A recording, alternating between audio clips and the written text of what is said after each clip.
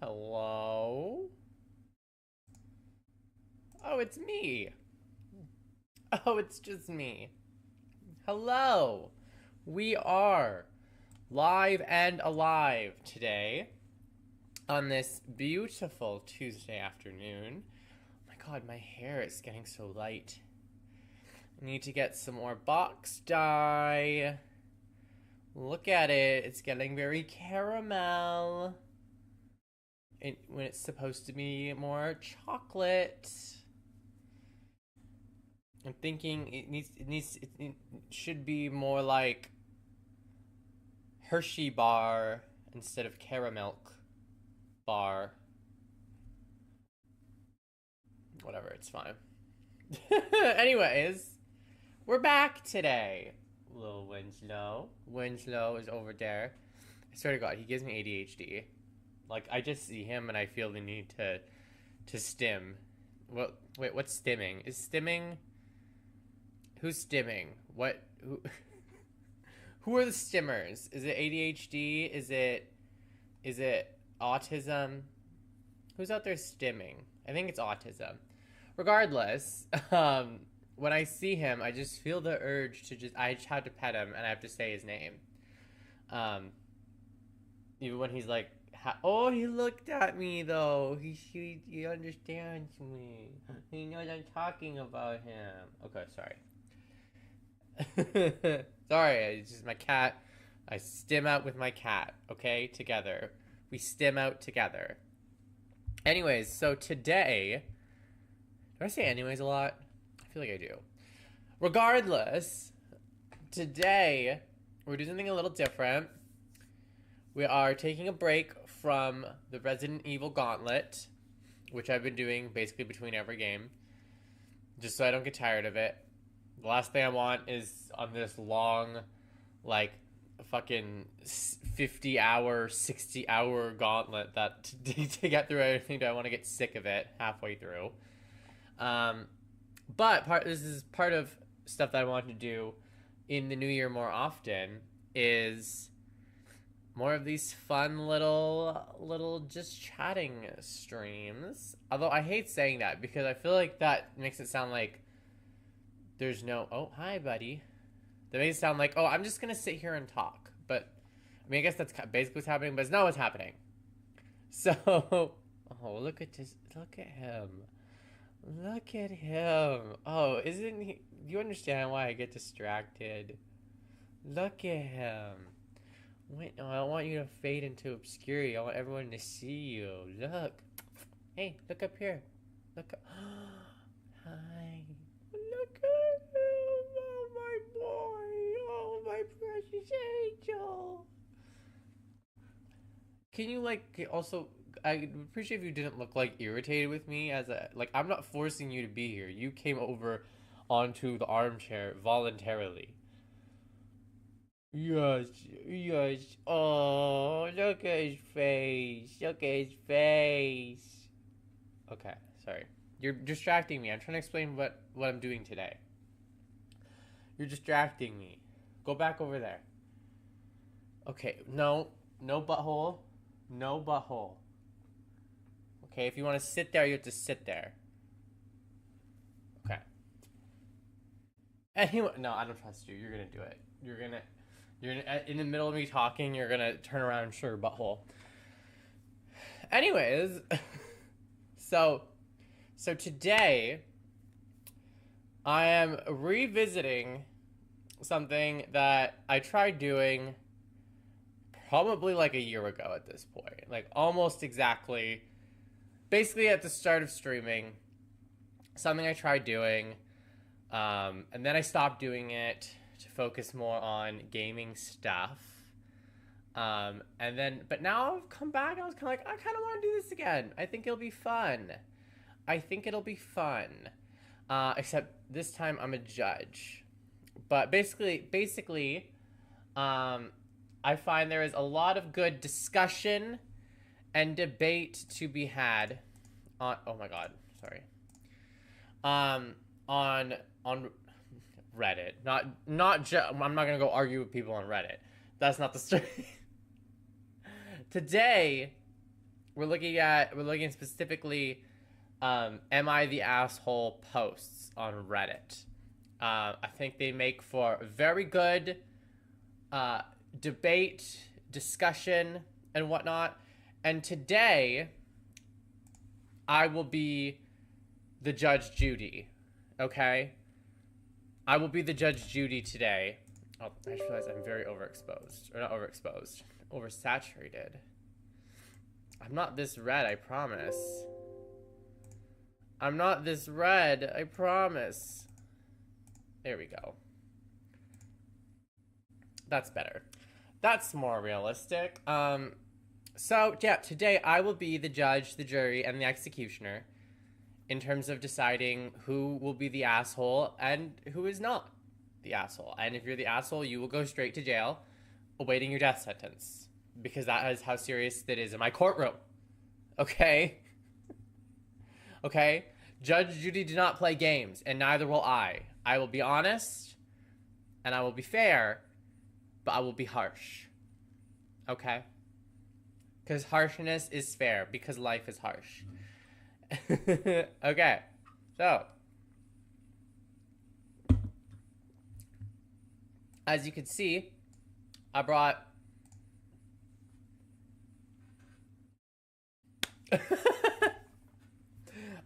my courtroom. Judge Judy Scheindlin. I never knew she had a last name, to be honest. I didn't really know what her last name was. I guess it's Scheindlin. Scheindlin? Whatever. Judge Judy. I'm borrowing her desk for today. Okay? I didn't have a gavel. I didn't have a gavel set. But what I did have, a hammer.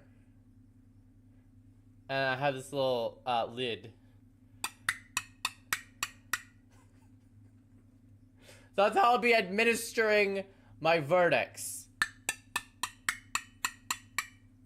Thank you. I appreciate the excitement, Vigard. Gavels are expensive. Okay? I don't know why. I could have had a toy one, but I don't have children. So, we got 12 to go through. I don't know how long it's going to take. I feel like last time I did this like a year ago, it took me like an hour, like, no, not an hour, like roughly like 2 hours, 2.5 hours. So we'll see. Depends how long I can just like talk for. Okay. So let's get started. I already have the first one on the screen. I believe it's readable. This is as good as it's gonna get that can fit me in the screen and the text without having me to scroll awkwardly, okay? Okay, let's get started. Am I the asshole for telling my fiance that if her mother is going to dictate what I wear for my wedding, then I don't want to get married? Wow. That's crazy. Initial thoughts is that's crazy. Like, you don't want to get married? Like, does that mean you don't want to be with your partner? Let's see. Her mother, who is somewhat well-to-do... What? Her mother, who is somewhat well-to-do, is paying for a lot of things. Okay, maybe they mean well-off. Including her dress, catering, alcohol, many other stuff. And her father, who is divorced from her mother, is paying for the venue. Wow, W. That sounds like a great setup, immediately. Immediately, I'm appreciative. My family is paying for the rehearsal dinner, and my dad is paying for the honeymoon trip. Oh my god, W parents. W parents all around. Her mother, who is a bit of a control freak, has made her mission to choose what everyone should wear. What? I don't have Riz. Good name. Hi, I don't have Riz. I'll call you Riz, if that makes you feel better. Hi, welcome. She chose my fiance's dress, even though she wanted a different one. Okay, that's weird. Yeah, that's weird. And what, she was just okay with it? She chose the colors for the groomsmen and bridesmaids. She's even trying to dictate what color my family should wear. Okay, that's weird. First of all, I already know this as someone that I've attended a wedding. Okay, I've attended like one wedding in my life as an adult. I know you're technically not supposed to dictate colors that people can wear, unless, like, basically just don't wear the same color as the bride and groom or whoever, the people getting married. But this is a little weird. This is now okay. I was a little skeptical at first, but this is a little strange that she's choosing the bride's dress and what the grooms and the bridesmaids are wearing. Okay, now I'm feeling a little weird. Do you think maybe her being divorced is playing into this maybe at all?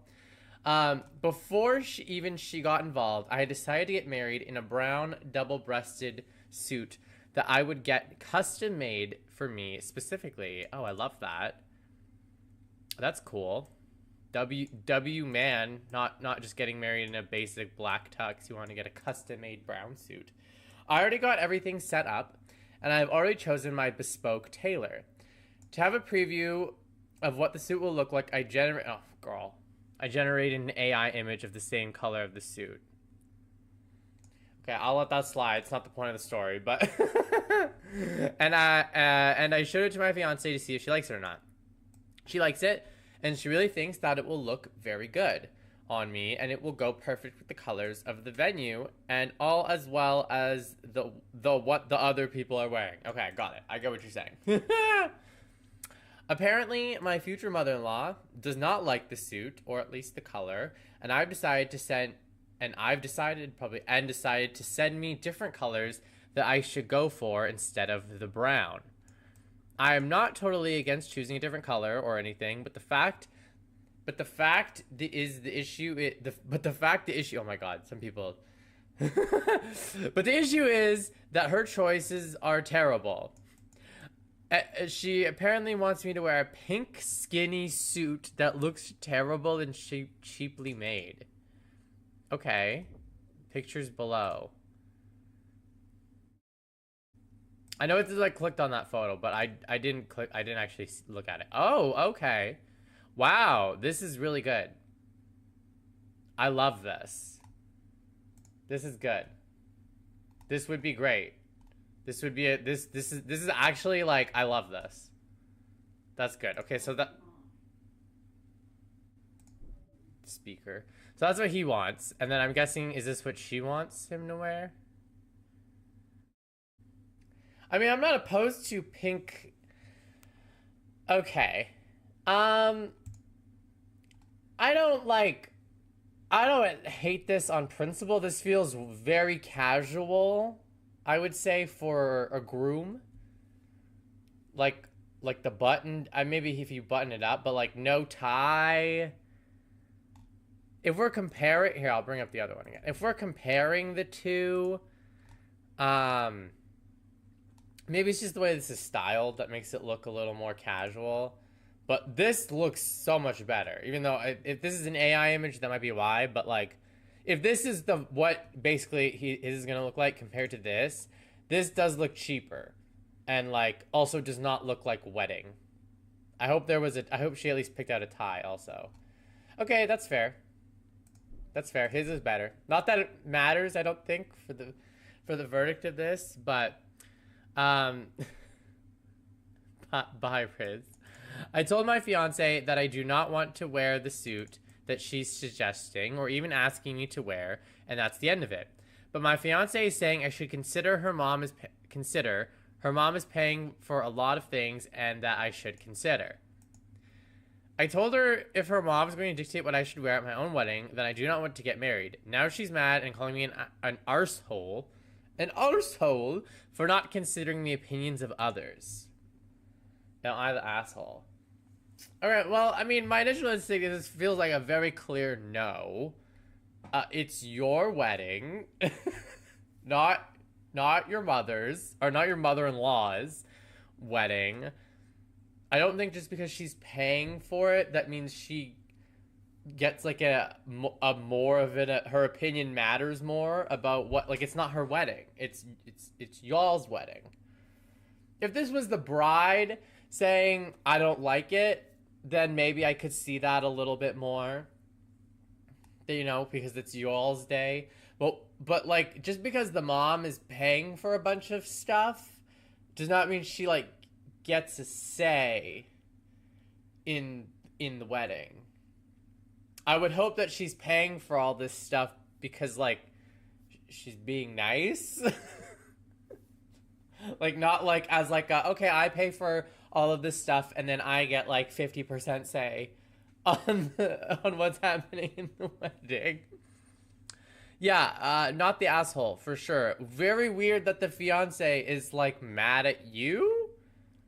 I should consider her mom is paying for a lot of things and that I should consider, like, he did say, I mean, we don't know, this is only his perspective. He did say, didn't he say, oh, I thought he said he like thought about it. Okay, maybe not. But still, he doesn't need to think about it. It doesn't matter. She can suggest things and you can be like, no, I'm good. That's crazy that she said that, so she, like, that her mom should basically have a say because she's paying for a lot. That's a little concerning, not gonna lie. Not gonna lie. I'll say, sure, this is a little maybe like much to be like, I don't want to get married. But this is like a genuine red flag from your partner if your partner is like, no, yeah, like do what like this gives like maybe they let their parents run their lives a little too much even though you guys are adults. And I'm presuming when he says I don't want to get married, that doesn't mean I want to break up with you. I'm presuming it means like I don't want to have a wedding that isn't mine, that I don't decide. I can't even decide what I wear, let alone everything else. So, I mean, let's see what I feel like the comments will agree with me. This feels pretty clear, but boom, y'all get married, right? Down the line, she gets pregnant. Then it's going to be, my mom doesn't like that name for said baby. She likes this more. Remember, she did pay for a lot for our wedding. Not the asshole. If this is the hill you have to die on, so be it. Because if she can run over you now, that's going to be your whole marriage. Good luck and keep us updated. All that too looks good too. Yeah, that's what I mean. This is like a valid concern about your partner and the relationship your relationship has with your mother-in-law. I think that's probably a concern that she thinks she can overstep like that to decide all this stuff about your wedding. It's just also like, that's just weird. Can we just say that? Like, that's just weird. I had a child, even if I'm paying for every fucking aspect of the wedding, I would feel so strange being like, well, and this is what you should wear, and this is what you should wear. This is what all the groomsmen and the bridesmaids and all of them will wear. This is the theme of the wedding. And maybe you should like I wouldn't, that feels so weird to do. So, yeah, I do think this is also just a potential red flag in the relationship, that I would be concerned that your partner isn't noticing. Oh my god. It's obviously very clear that if mom is paying, it's her way or the highway. I wonder how that's going to turn out with kids involved. My guess is probably not good, but sadly it sounds like your fiance doesn't care since mommy is paying. Okay, so this is the thing too, I will point out now immediately about this subreddit. There are a lot of angry, embittered people on this subreddit, right? Do I agree with this person? Like, yeah, it's clear that the mom is like, I get to decide this shit. It's concerning when you think about the future with kids. It sucks that the fiance is like chill with it. But do you gotta phrase it like this? Welcome back, Rez. Do you gotta phrase it like this? It sounds like your fiance doesn't care since mommy is paying. Sorry. Sometimes I feel like they get very like, like run away. Or you could have a conversation with your fiance about, because here's the thing. If your fiance, if the mom is picking out the dress for the fiance and she's fine with that, who cares? That's not your thing, right? That's not your issue, right? So, yeah. Keep the brown suit and stand your ground. Tell her she can cancel the wedding over the suit if she wants, but that is your suit. Then sit down and have a genuine conversation with your fiance. W! Final! Yay! Yes! Yes! Communicate! Communicate with your fiance. Tell her in order for a marriage to work, you have to work as a team and put each other first. And if she can't, maybe she shouldn't marry you. Okay, yeah, W. Actually, W advice. Love that. Not overly aggressive. Not fucking kill the mom and how dare they, right? Very great advice. Great advice. I love this. Who am I to judge? Don't worry, I am the judge today, Sarah. I am the one to judge because I've decided. As the judge Judy today, I get to judge. I've seen enough. My verdict is my verdict is not the asshole. Take him away. In fact, get the mom. Take the mom. Take her away. Lethal injection for the mom. Okay. Next. Am I the asshole for not forcing my son to keep helping my daughter's friend after she rejected him? Okay, I'm not gonna lie. I was a little confused by this title. It took me a couple of reads to understand it. Clap if you think the mom should be executed. Clap if you think she should suffer. Okay. So yeah, I had to read this title a few times to understand what it's saying. So, forcing my son to keep helping my daughter's friend after she rejected him. So I don't know why they said my son and my daughter instead of forcing my son to keep helping, say that it's his sister. It's his sister's, it's the son's sister's friend. Right? Okay. I just that is how I understood this. It was just phrased very weirdly. That I was confused because they said helping my son, forcing my son to keep helping my daughter. Okay, anyways. Let's read it. This is a little longer, but it seemed interesting. I'm a dad of 2 kids in the Midwest. My son, John, 17M, and a daughter, Britt, 17F, both in high school. Oh, twins? Adopted siblings? Step siblings? I don't know. I hope that's not their real names either, but... Britt has a close friend, Melissa. For the past several months, John had been helping Melissa with things due to her mom working crazy days/hours because she's a nurse. John helps with rides to work and a college prep class they are taking together. Okay. John, and already, like, a little weird dynamic if it's Britt's friend. Like, why is it Britt doing that? But it's fine. It's not weird yet. It's fine. John and Melissa work at the same place. Okay, that's fine. On the same schedule, 3 days a week. And we live in a small town with no public transportation. They're both in a dual enrollment program that lets high school students take college-level courses. Okay, so that makes sense. So they just, like, share a lot. The same job, same, like, college level courses. Okay. Passing these classes is basically required to enter in the program they're pursuing. John was both her ride to and from and her study partner, which John is academically inclined. Must get that from his mother. Lol. Love that you love your wife. That's great. Having kids in the Midwest, guilty. Hey, someone has to. Someone's gotta live out there. John developed feelings for Melissa and eventually asked her out. She politely declined and said she wanted to focus on her education but wanted to remain friendly. I think that's completely fair, and she handled it the best anyone could ask from another person. Okay.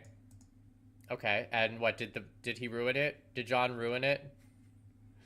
After being turned down, John decided to stop giving Melissa rides. Ooh. And told me and his sister that he didn't want her coming over anymore because he needs space to get over his feelings. Oh my god, girl, come on. Girl, really? I can maybe understand, like you're still into her and, like, it feels awkward, so maybe you want to avoid, like, the rides. Maybe I can understand that, but, like telling his sister, your friend can't come over because I might see her and I'll know she's in the house and I need to take space from her to get her. It's like, well, that's kind of, like, on you, bud. Like, stay in your room if she comes over. I initially told him that was unreasonable and that rejection is part of life and that he needed to be mature and handle it better. Okay, I agree. W parenting. Sure, it's not easy, but he was too smart not to know what the outcome would be if she turned him down. Yeah, no, I think W parenting so far. We talked it through more calmly later, and honestly, I was impressed with how he reflected on it. He realized he was acting emotionally, apologized to his sister, and explained that continuing to be around Melissa was making it harder for him to move on. He wasn't rude to her, didn't lash out, and didn't blame her. He just set boundaries, which I thought was healthy and restraining. Okay, W! Wait, everyone's doing great. Okay, where did the problem come in? Everyone's doing great. I feel like this is good so far. The problem is that Melissa now doesn't have a ride to work or to the prep class, and she's at risk of being dropped from the program and possibly losing her job. I think she's missed a fair amount of work. As for the class, John claims that she would probably be dropped if she misses 2 more classes. Oh, okay, so he's still not driving her, though. Okay. Okay, I see how that could be an issue. Britt is furious. She says John is being spiteful and punishing Melissa for rejecting him. I told Britt she needed to stop and leave it alone. I explained that Melissa doesn't owe John a relationship, but John also doesn't owe Melissa continued friendship, rides, or any kind of labor. I also told her that blaming John for consequences he didn't cause on purpose was immature and fair. Okay.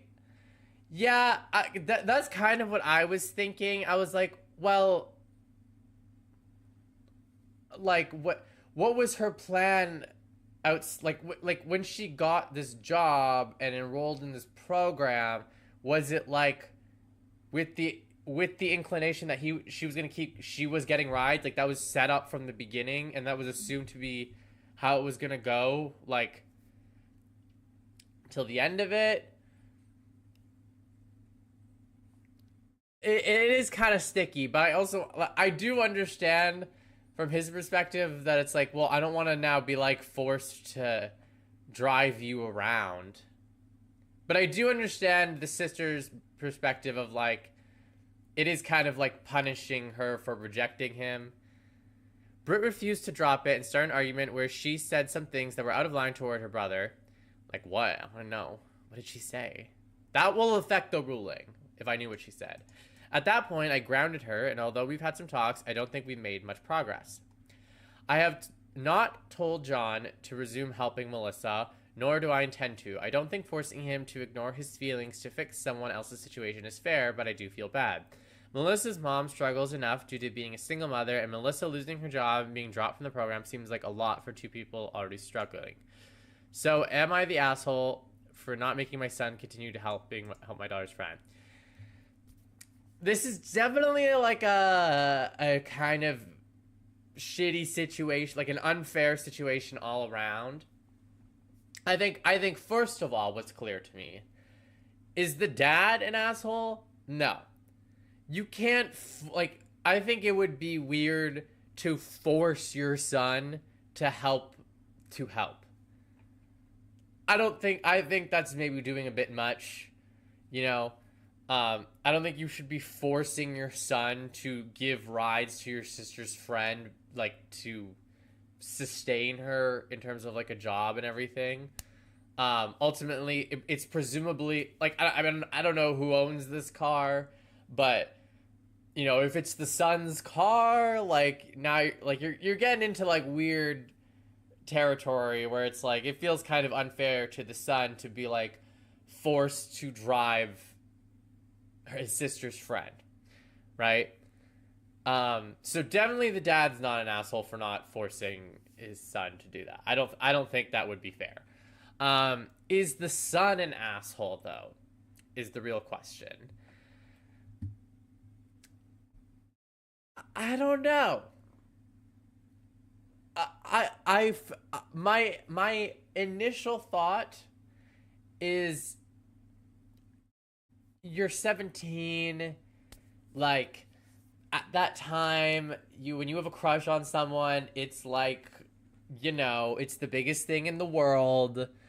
You're like, you think you're in love with them, and if they reject you, you're like, oh my god, that was my person and now they're gone. But at the same time, it is kind of feels like not to sound mean, but there's a part of me that's like, well, just get over it. Right? Because nowhere in this does it say John, like, doesn't like her as a person anymore. He's saying, like, I need to get over my feelings. But, like, I don't know. I think you could still give her rides. I think because at the end of the day, I think Britt is kind of right. I don't think John is being spiteful, but he is indirectly punishing Melissa for rejecting him. Even if that's not his intention, that is effectively what is happening. Is she is basically being punished for saying no to a guy.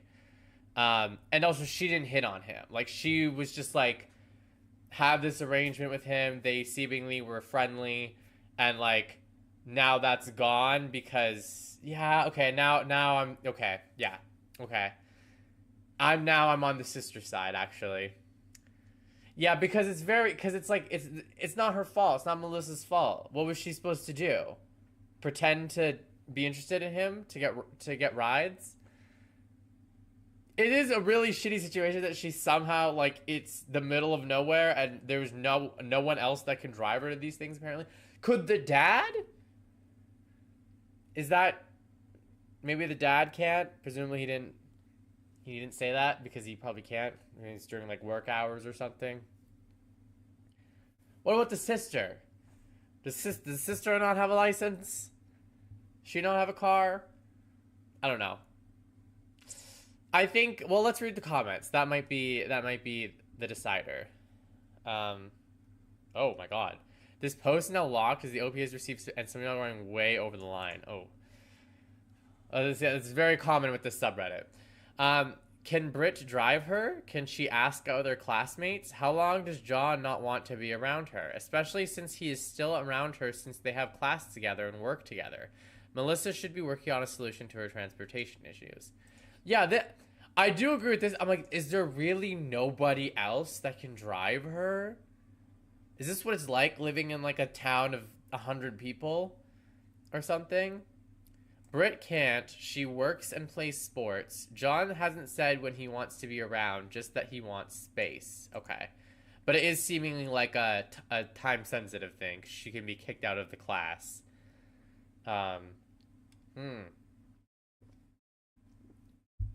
Okay. So Britt could, but has other priorities, just like John does now. Damn, okay, wait, that's kind of a read. That's kind of a read. Damn. This wouldn't be a problem if you didn't have kids. I mean, yeah, you could say that about most problems, just in general. If I was never born, this wouldn't be an issue. Damn, this actually, yeah. The idea that Britt has a car and can drive, but can't because she has other things to do, actually, ooh, okay, that changes things. The new that shocking testimony there, last minute testimony, that changed things, because now you as the sister are like, oh, well, you're being a dick because you can't drive her, but meanwhile you're like, well, but I'm not gonna sacrifice anything to drive her. I'm not gonna. Damn. Yeah, wait, that's kind of spitting. This person's kind of spitting, I can't lie. That feels pretty valid. Did your son volunteer to take her when the semester oh, what'd you say? His priority is his emotional health. Literally no one believes this. Yeah, I wouldn't go that far in being like, I think his emotional health is fine. He got rejected. He asked someone out and was rejected. That's not that big of a deal. This would be a little different if they were, like, dating for, like, years and then they broke up and then he, like, then I can understand that. But, yeah, I mean, I don't agree with that part. But I do agree with the part that the sister is not, like, is like, oh, well, I can't. The straight guys nowadays. Yeah, well, he's 17, so I'll give it an excuse. It's probably the first time he's asked someone out and got rejected. But, yeah, I think it's more the fact that the sister could, but doesn't, is like, well, I can't. I'm busy. So, this is a good question, though. Did your son volunteer to take her when the semester started? Did he make the commitment that he would be her ride prior to signing up for the class? That is a very good question. That's a good point. Did he say, yes, I will drive you to work, I will drive you to this program, like, don't worry, sign up for it, get this job because I will drive you? Because then he made a commitment. He made a commitment, and I don't think it's fair for him to break it. OP did not respond to this question. Okay. Not the asshole. This situation just really sucks. That poor girl was damned if she did and damned if she didn't. Yeah. I think I have my verdict.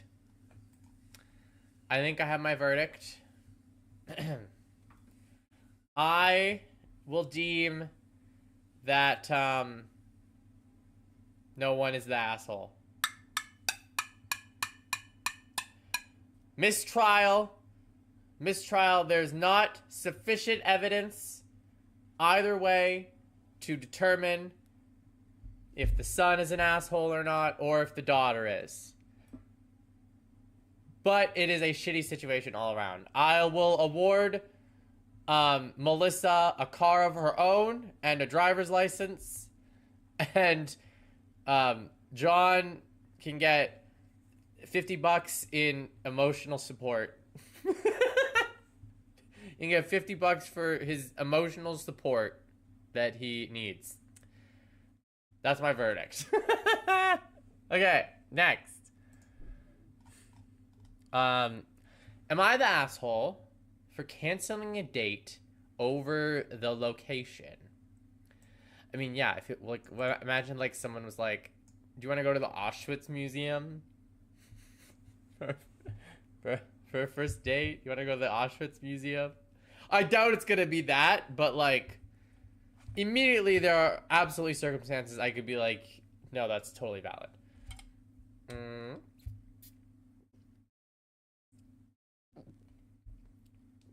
Okay. Don't hiccup.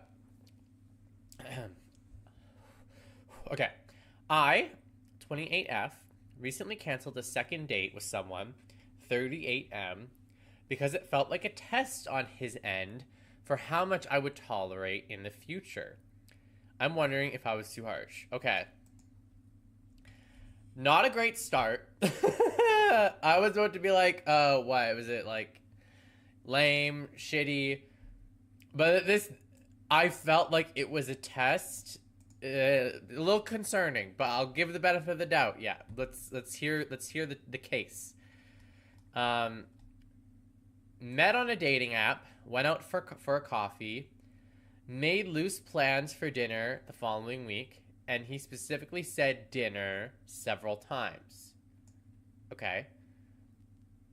When we were discussing said dinner over the next few days, he seemed to want to be the one to do the actual planning. I was fine with that. I find it rare to have potential partners take initiative with planning these days, so I was actually excited. Tell me about it. Yeah, tell me about it. Men planning dates? Yeah. That is a rarity. He asked if I had any dietary restrictions, and I let him know that I only have 2 major requirements. I don't eat red meat, and I do not drink, as I'm a recovering alcoholic. Okay, valid. First one is kind of like, whatever. I don't think there are any restaurants out there where you can only eat red meat, but sure. But the do not drink thing feels valid. Although it I'll be honest, seems a little difficult to find a restaurant that doesn't offer any alcohol, but you can at least avoid like a bar, right?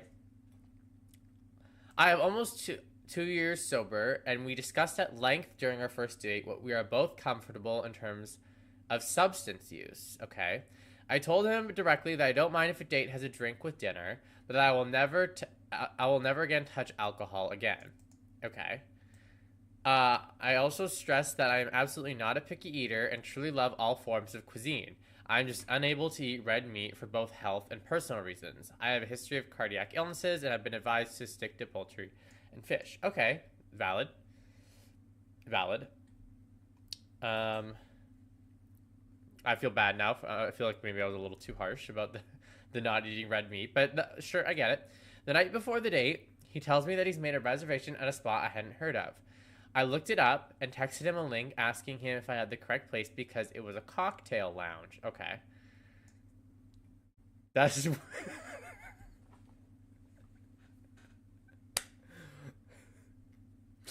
Okay, immediately I would be like, remember when I said I'm an alcoholic?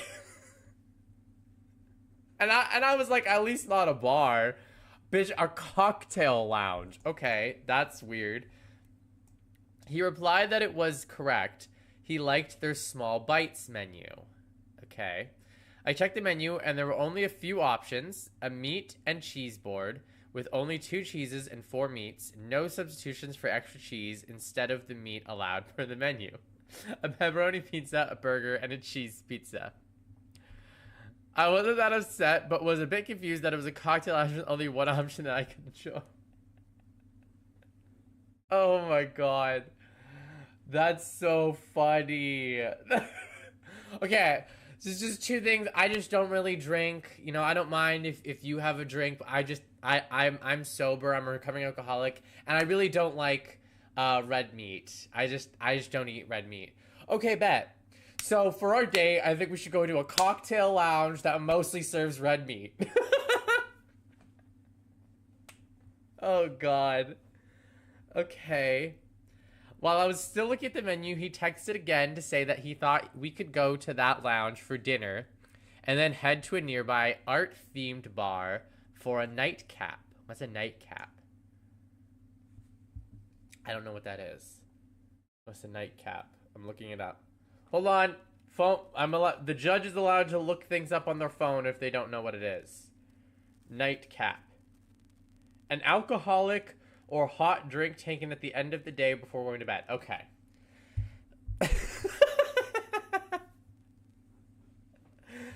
Okay.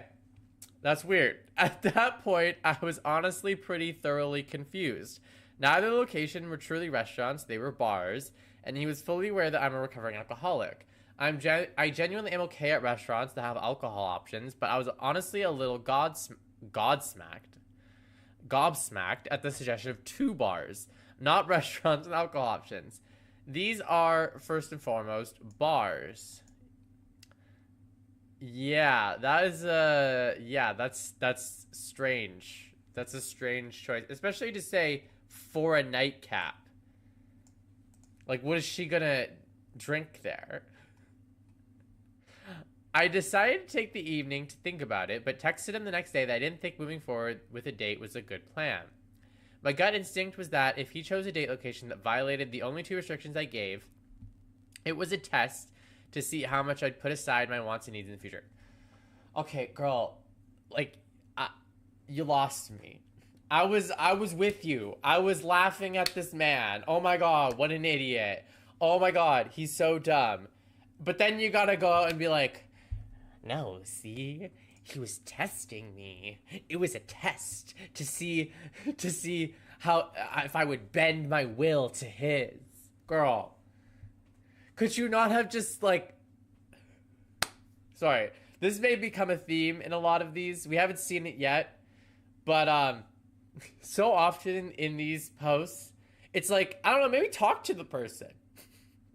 It's like, well, I assumed this was happening. Instead of just, like, talking to the person. Like, why not just, as he said that plan, be like, oh, well, remember how we talked about that I'm a recovering alcoholic? I don't know if I'd feel comfortable like, why would you not just say that? Okay, well, let's read the rest before I judge her too harshly. Buddy, not right now. Thank you. We live in its major city, and I want to stress that there's hundreds of really incredible options for food here. I would have been fine with quite literally anything else that was mostly restaurant service focused and had a couple non-raw red meat options. It was the fact that both spots he chose were strictly bars, and the food that they did have left me with one single option. He responded kind of strangely after I let him know I didn't think we were a good match as well. He said, we'll leave it at that and nothing else. I don't really think that's that strange. I think that's just like you went on one date and then probably I'm going to assume from his perspective, out of the blue, was like, actually, I don't want to see you anymore. I don't think this is that strange of a response. I think that's like pretty like just like emotionally detached, which you only went on one date, so you know. Now I'm doubting myself. My friends have said I'm not crazy for thinking the choices were strange at best and inconsiderate or intentional at worst, but I wanted to get objective opinions from folks I don't know too. What do we think, Reddit? Was this actually a red flag, or am I overreacting? For what it's worth, I'm also not desperate to date or have a partner. I own a successful small business and have a fantastic group of friends. Bragging much. As well as several hobbies that I'm dedicated to. Okay, now you're bragging. Oh, and I have my own home. Okay. Okay, now I hate you. No, just kidding. I have no rush to sell that, especially for the wrong person. Okay, my immediate thing is no, he's not testing you. That's fucking crazy. Okay? I tend to err on the side that most people are not crazy. And they're not weird. And they don't test people to see like what they can get away with in terms of like bending your will or how did she put it? A test to see how much I put aside my wants and needs in the future. I don't think anyone's really doing that, and if they are, they're fucking crazy. And I err on the side of people are probably not fucking crazy. Because that's just like, that's not even like misogyny. That's just like very, very weird for spillage. Oh my god, I spilled. My pants are wet. Thankfully, I only got it on the base of the microphone. Too many things on my desk. Sorry.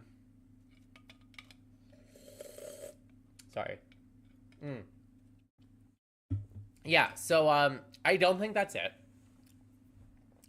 My read on the situation, as someone that has dated a lot of men, talked to a lot of men, you know, been around a lot of men in my life, both romantically and not.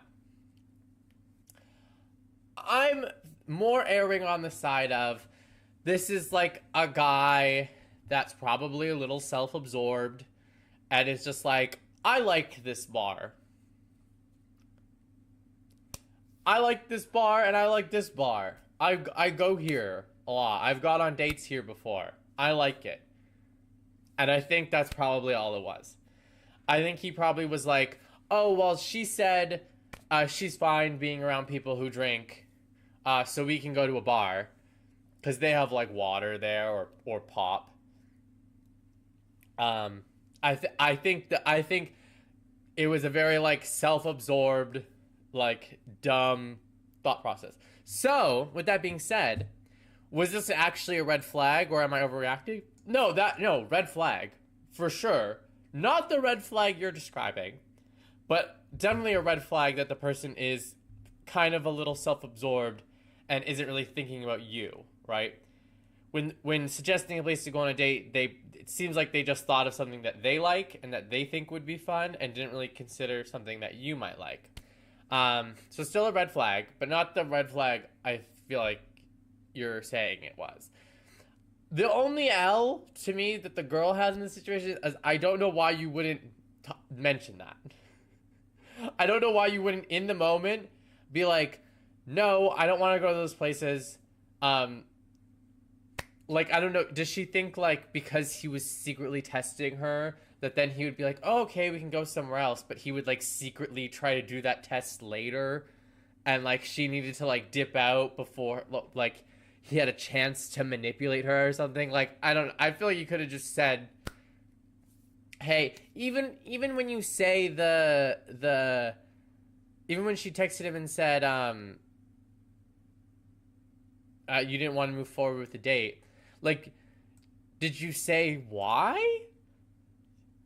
Like, you could have said it there too. You could have said, hey, I don't really want to move forward with this date. Like, I told you I'm a recovering alcoholic, and you suggested 2 bars to go to on our second date. Like, you know, it just didn't really feel like you, like, cared about me or paid attention to my wants or whatever. Like, why would you not say like that? Like, that's the only L I'll give her, because I don't like, because at least she did him the solid of not ghosting him. But I feel like she could have been a little honest or just communicative about this. But let's see what the comments. I'm a little nervous that the comments are going to be like, he was manipulating you.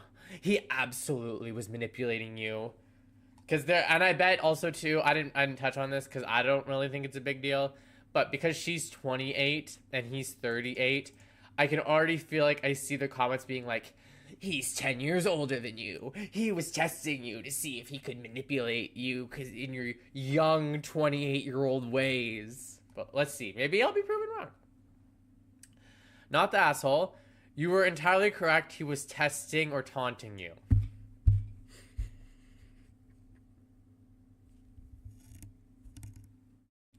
He was taunting you? He was taunting you.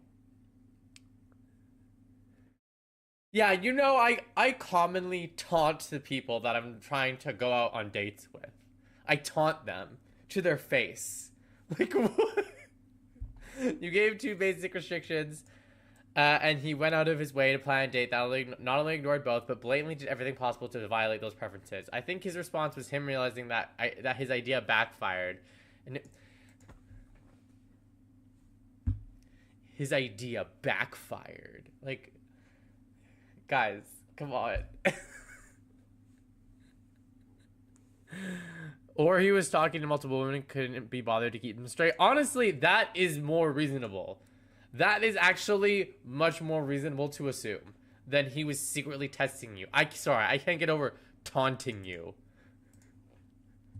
Oh no, my idea to taunt her backfired. I was gonna take her there and then make fun of her being sober the whole time. Like, what world do you live in? Oh my god.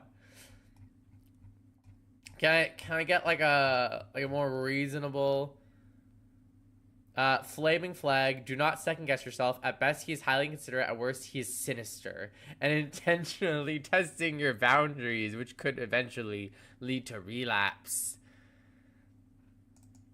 Okay, this was at least a little better. This was at least a little more in touch. It is highly inconsiderate. I agree with that. Not the asshole. As a recovering alcoholic myself, I would have been insulted at these choices. Always follow your gut instinct because it's usually right. I think there's a possibility this guy wasn't as interested in you as you may have been in him originally. If he was interested in you, those 2 choices would have never been on his radar. Yeah, that's also a good point. He clearly was, at the very least, he wasn't like listening to you. I also think I will throw this out there.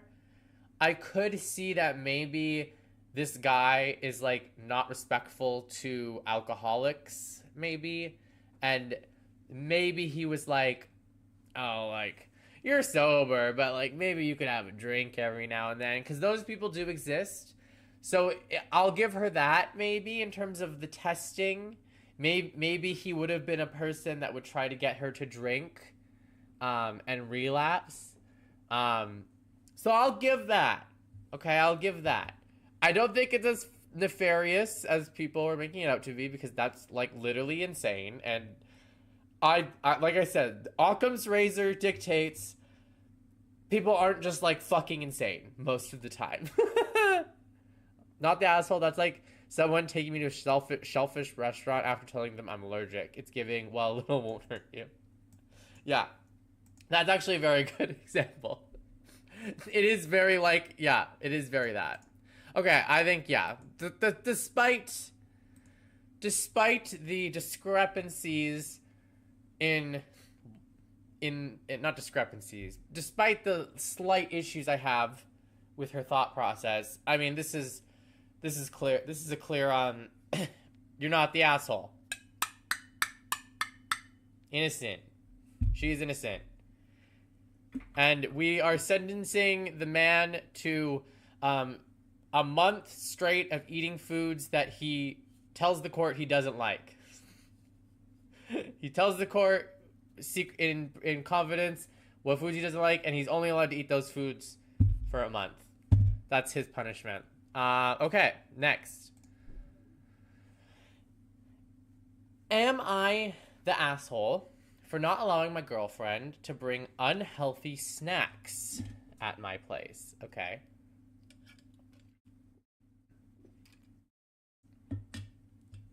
How old are they? Like teenagers?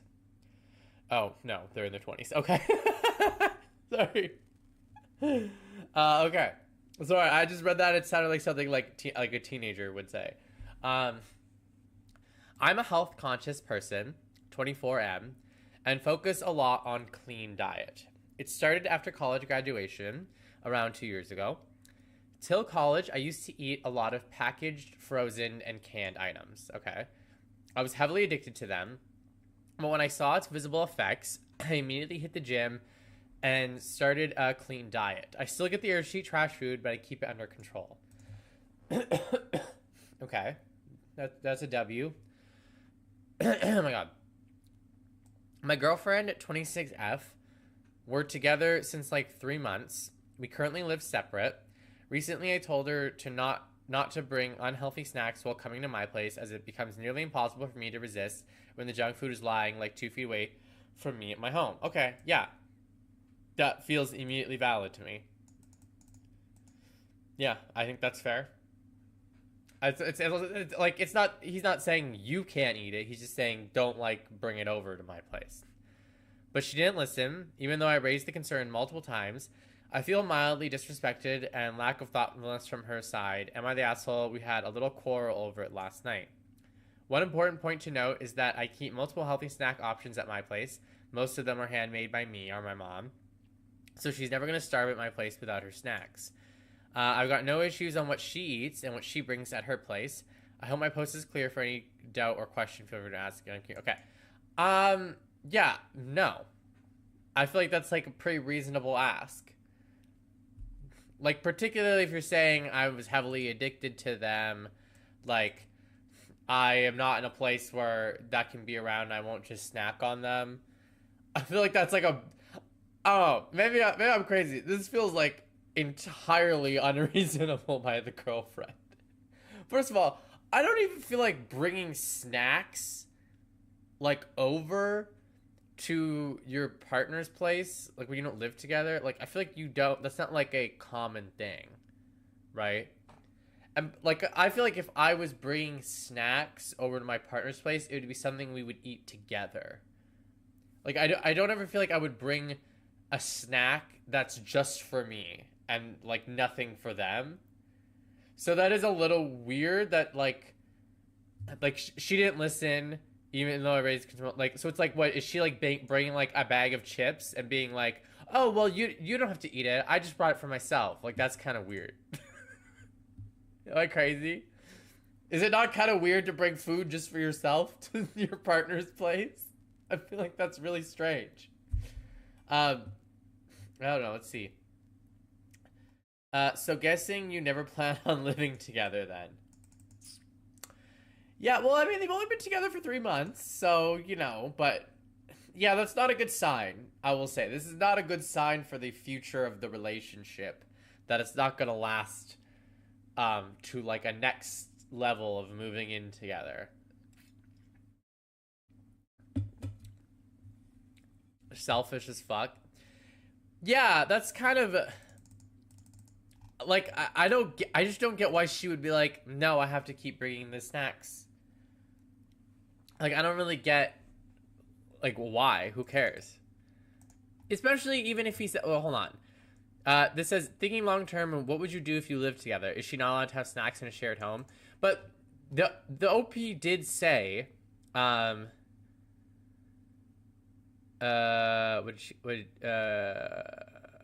they said somewhere, hold on.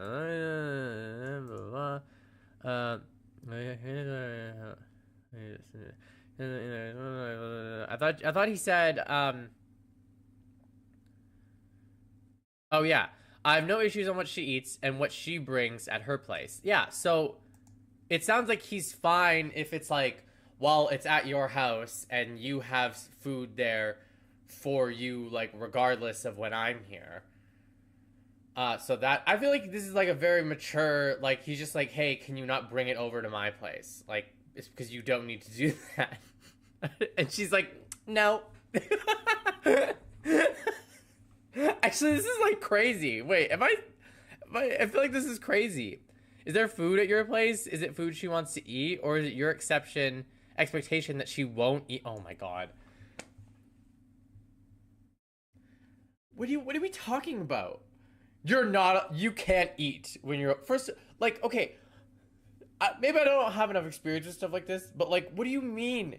Like, is it your expectation that she won't eat? Like, I feel like if I'm going over to a partner's place, usually it's like there's a meal, and in which case we're both eating the meal. But like, I have never gone over to a partner's place and like expected them to have snacks for me to eat. Like, is that normal? Is that a thing? Like, I don't. Maybe if you're there for like a whole day, but. So wait, the OP doesn't want her to bring food because they can't control themselves and will eat it. Yeah, I guess because he likes to eat very healthy, and he used to be very like addicted to unhealthy foods. So he just doesn't want her to bring unhealthy foods over when she stays at his place or comes over to his place. Presumably because, yeah, he like won't be able to control himself, which, like, I guess you could comment on, like, well, just control yourself, but like I don't know, he does say I was heavily addicted to them. So like, food addiction is a thing, right? That's like a big factor in like being obese and stuff like that. So I think that's understandable, especially since the OP isn't saying, and trial by fire, suck it up, Buttercup, I'm on her side. That's right. And yeah, she is training him to resist the temptation. Not the asshole, but if she likes snacks and you don't, you should probably just date people with the same diet or food interests. Like, I love junk food, so I'm not about to date some dude with a six-pack who goes to the gym regularly and counts calories. You guys aren't compatible, and that's okay. Yeah, I also think that's kind of fair. I don't think food preferences are inherently, like, they gotta match up, otherwise we'll break up. But I do resonate with, like, I don't love the idea of dating a guy that is, like, very counting calories and only eating white rice and chicken and broccoli all the time, and, like, wouldn't want to, like, go out for Taco Bell, you know, or, like have like a sweet treat with me every once in a while. I kind of get that, but I don't know. I really feel like this relationship is not headed for a good course. Yes, of course. I keep it under control. Sounds like you don't actually have it under control if its mere presence is enough for you to try and control what your girlfriend does and doesn't eat simply so you yourself don't indulge. She's an adult, let her eat what she wants. Okay, but he's not saying she can't eat it. She's not I would agree with that if he was saying you're not allowed to eat junk food ever. When it sounds like that's not, it sounds like he's even said, like, if I'm at your place, you can eat it, that's fine. It sounds like it's more just don't bring it to my place. If your lifestyles are this incompatible now, it doesn't bode well for when/if you ever move in together, because presumably you wouldn't allow her to have them in your shared home either. Oh, that's an assumption. We don't know if that's true. I think overall, this relationship is probably not headed down a good direction.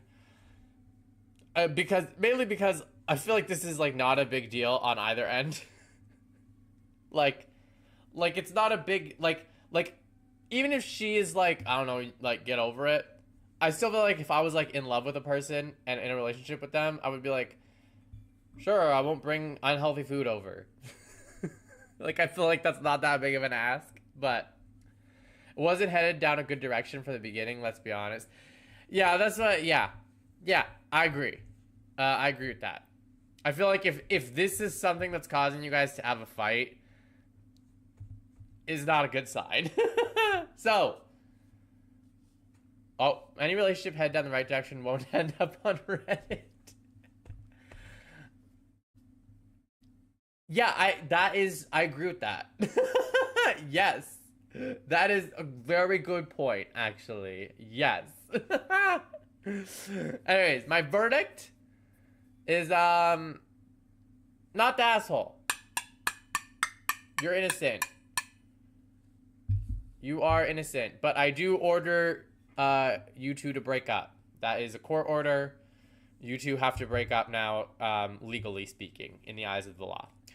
Okay, next. Am I the asshole if I answered truthfully to my wife's question from her psych course? Uh-oh. Uh-oh.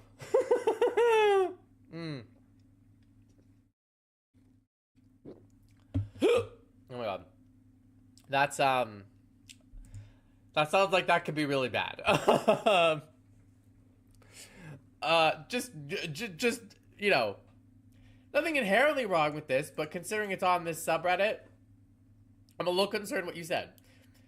So before anyone starts, this is a true story that happened today. My wife of 10 years is taking this online psychology course, and now it looks like they are getting into questions on relationships. So as a part of her assignment, my wife asked me what kind of things make me feel safe in our relationship regarding discussions, etc. So I gave her a few points and reassured her that I feel great in safety in our relationship. She is the best partner I ever had. Absolutely true, because of all the things she does. Okay. That's really nice. Love that. And then she asked me the follow-up question. Oh, here we go. In what instances did you not feel the safety, or maybe I failed to provide the necessary level of safety? And here is where it all went south. Okay. I said that she is amazing and I feel very safe in any of our discussions, and there's only one topic that I know is sensitive to her. That's why, A, I never bring it up, knowing how difficult it is for her to discuss, and B, when she brings it up, I try my hardest to get my point across so that it accurately reflects my views and not trigger her. Red flag word, red flag word, red flag word. Sorry. I feel like trigger her is, unless this person is like very mental health aware and is talking about like actual triggers, this is a red flag word. But every time I feel, and that may be a projection on my part as I can't really know what's going on in her head, but I feel that she starts immediately going into a defense mode and noticing that I try to finish the discussion as soon as possible and as politely as possible, as this is going nowhere. Okay, what is the topic? What is the topic? I feel like that's kind of relevant. So, guess who's getting the silent treatment now? Am I the asshole for answering this question truthfully? Should I have said, "Oh no, honey, there were no instances when I don't feel safe discussing any topic with you"? I don't know, and it's weird now. I picked up our son from kindergarten this evening and sent her a message about his well-being, and no response even to that message. Now she's talking only to our son, and that's it. Should I provide reassurance that all is well? Okay, I need to know what the topic is. Facts. Spill the tea or get off the toilet already. Give us the dirt. Yeah, like what's the topic? I feel like that's like a very key detail to this question. Like, okay, if I try to answer without knowing, okay, there's a topic that she is sensitive around, but I don't see how that would make you, I feel like maybe he misunderstood the question. He's an asshole for this entire Reddit post. Yeah, I find it weird that he doesn't say what the topic is. And I feel like he misunderstood the question, because it says, it's mentioning safety, and I feel like what he said is not like it seemed like it's something they like disagree on, but I don't think that's about safety, right? It's like, this sounds like comfortability, not necessarily safety. Read the comments. I bet we're all on the same page. I do, and maybe he says it in the comments, like what it is. The fact that you're not mentioning the topic is very sus. Oh, you're the asshole. Other comments explained very well. Okay, we gotta dig. It's anal? What? Oh my god. Okay, wait. Hold on. Hold on.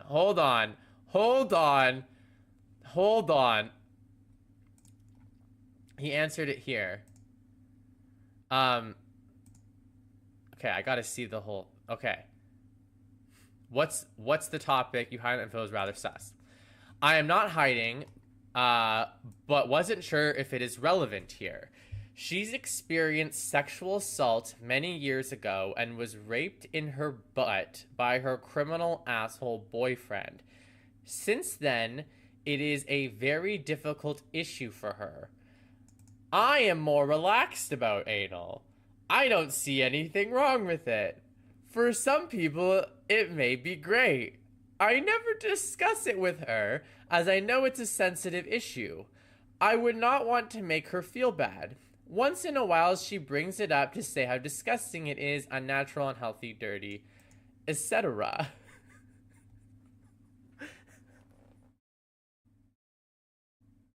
Okay, that's honest. I did not think that's what that would be. How does this make you feel unsafe? How does how is your wife's trauma around being sexually assaulted make you feel unsafe? My dude, that isn't her making a topic unsafe for you to discuss. It's her legitimately having PTSD about something. You made it sound like if this topic came up, she got huffy or annoyed and punished you for it. That would be a lack of safe space for you. This is not about you at all. This is her... Yeah, what the fuck? That's crazy. So, like, what, he just, like, wants to do anal? Like, don't get me wrong. Let's be honest here, I can read between the lines. Like, don't get me wrong. I agree that I don't think anal is disgusting or unnatural or unhealthy or anything. But, like, I don't think I would say to the person that faced what she did and be like, actually, anal's kind of great. He wants to do butt stuff. She has a horrible past. He can't think of anything other than... Yeah, that's what it's like, why would this even come up? He's gonna end up cheating and making another Am I the Asshole post. Am I the asshole for cheating on my wife because she didn't want to do anal because she had trauma around that? Yeah.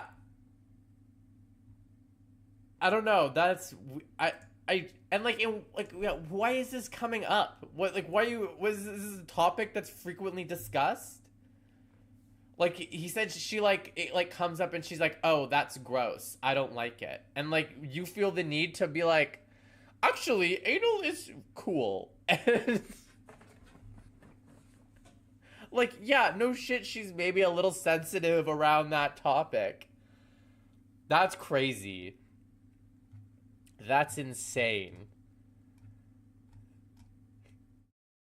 When I read this post, I was like, this is an only inappropriate comment if the topic is something like the wife getting raped. OP is such the asshole. Her not wanting to talk about being... It comes up probably because he hints about it. That's what I mean. I'm like, I don't, like, if you're not doing anal, I don't know. I feel like it doesn't come up very often in conversation. Like, I don't... Even as someone that does anal... It's not like that comes up. You know what I mean? Like, at least anal specifically. That's crazy. Yeah, that's insane. Okay, well... Yeah, well, that seemed like it's so innocuous. I don't think we need to waste any more time on that. To be honest, she didn't feel safe around this OP. That's probably why she's not talking to him. To give her only one thing that's a very minor criticism,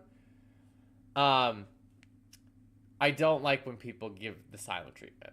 I think that's very immature. Um, I understand wanting like space, but you should at least communicate that you want space. I really hate in any sort of relationship when people are like, I'm not going to talk to you. But who cares? Doesn't matter. Um, hus- husband is the asshole. And he should go to jail. I don't know. Husband, my sentencing is husband needs to try anal, but he's the one receiving. With no lube and no preparation. That's my verdict. Okay. Next. Jeez.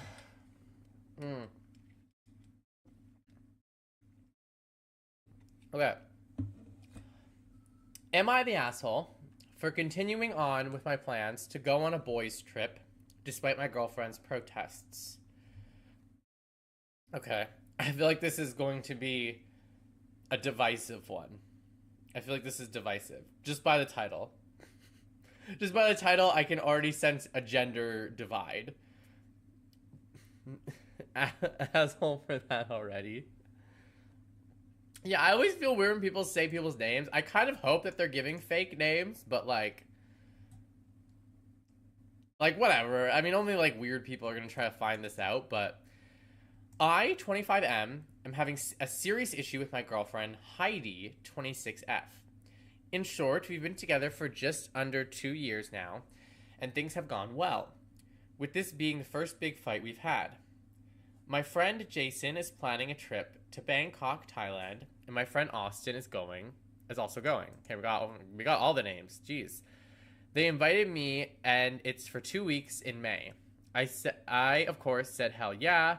I've gone on trips with Jason before to Amsterdam, Vegas, and Denver, and always had a blast. Granted, these trips were before I got together with Heidi. Okay. I want to go to Thailand. That sounds fun. So I tell my girlfriend that I'm planning this trip with Jason, and she goes a bit silent and just says, okay. He didn't mention his name, but he mentions hers, his friends. Yeah, I know. Yeah, they never mention their name. I always just think it's weird because it's like, you realize this will like tie the story to you now, right? Like if someone that knows you sees this, you're just like you're just like exposing yourself. When I feel like if you're posting something like this on Reddit, you probably want it to be anonymous. But yeah. I think that's a little off, but we continue hanging out. The following day, she's at my place, and she says that she doesn't want me spending 2 weeks in Bangkok with my friends. I ask why not. Bangkok is one of the most traveled to cities in the world, and she went on a trip abroad at the beginning of the relationship to Barcelona with a friend herself. She says it's not the same because she was going for a specific event in Barcelona, and Bangkok doesn't have the best reputation. Okay, what does that mean? Bangkok doesn't have the best reputation for what? Like safety? I don't think that's true, but okay, that's kind of weird.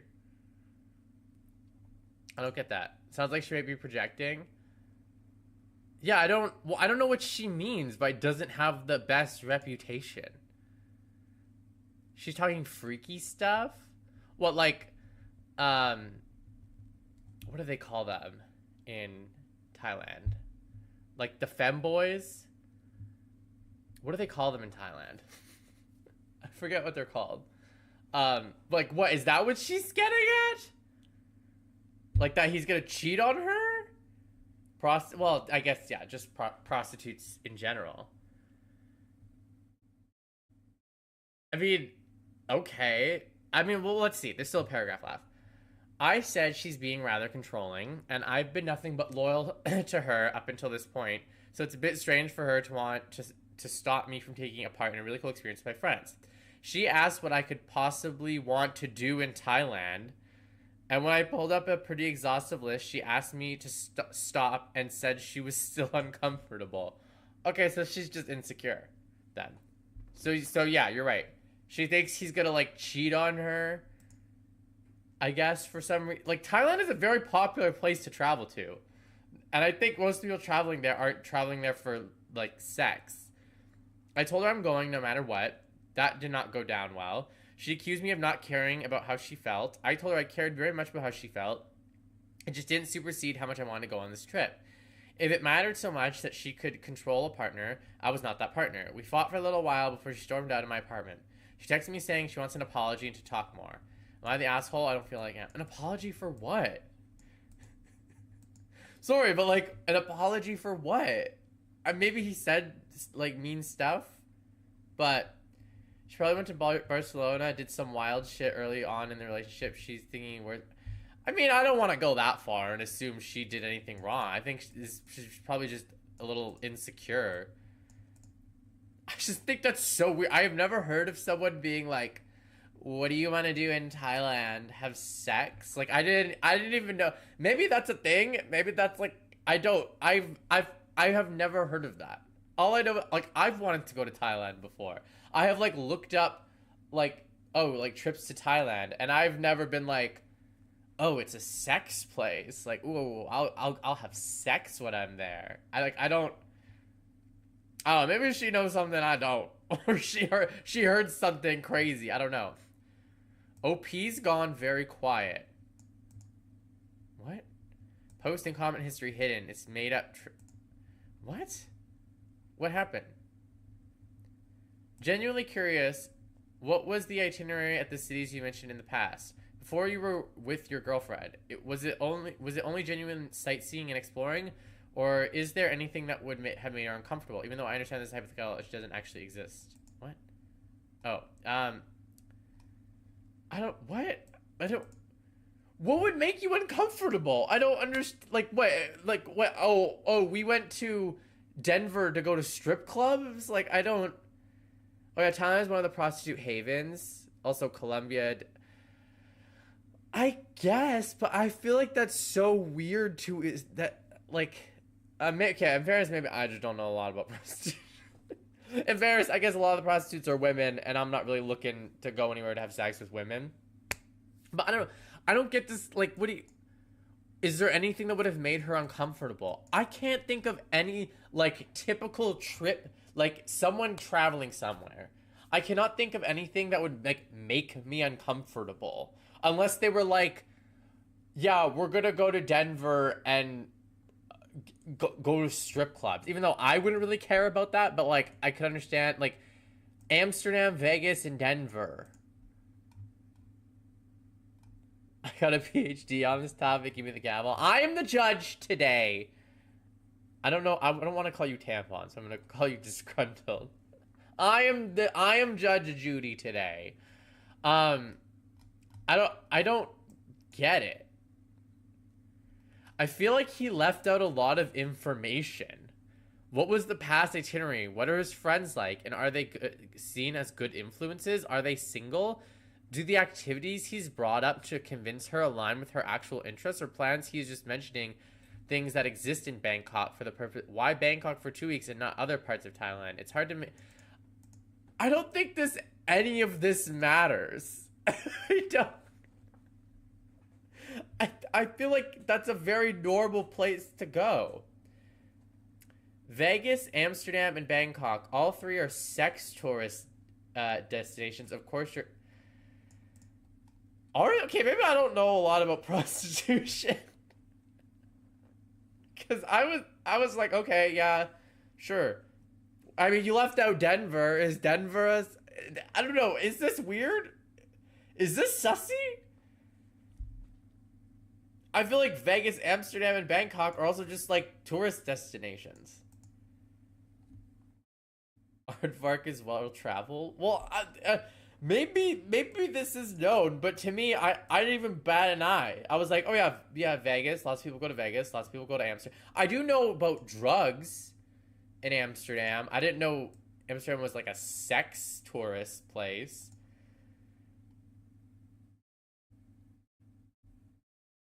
A boys' trip to Bangkok. I assume you boys are just gonna see the sights, maybe visit some temples, and then what? You're going to a place where a huge tourism draw is for dudes partaking of the local sex workers? Don't insult their time. What? Okay, is this a thing? Am I the crazy one? I feel like I've heard many people say they want to go to Thailand and like not like be like, oh, because it's sex. Amsterdam has a whole district devoted to legal prostitution. It's literally called the red light district. They sell themselves. Oh, I feel like I've heard of that. Yeah, I've heard of that. Still, I don't. I feel like this mainly comes down to an insecurity thing, though, right? It shouldn't matter. Like, because if your boyfriend's gonna cheat on you, he's gonna cheat on you. You shouldn't be like, oh, well, I don't want you to go to Thailand because you'll cheat on me if you go there. So don't go and let us stay together. Like if it's a genuine thing, like I still don't really agree that just wanting to go to Bangkok, Thailand is like inherently devious if you're in a relationship.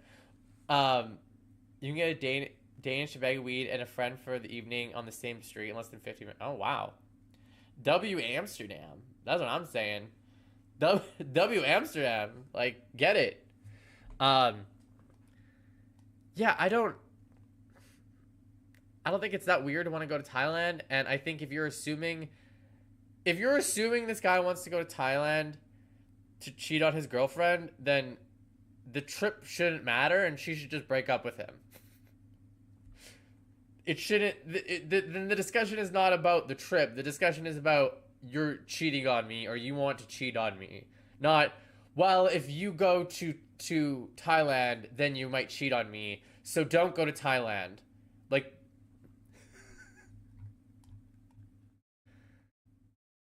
yeah, I don't know.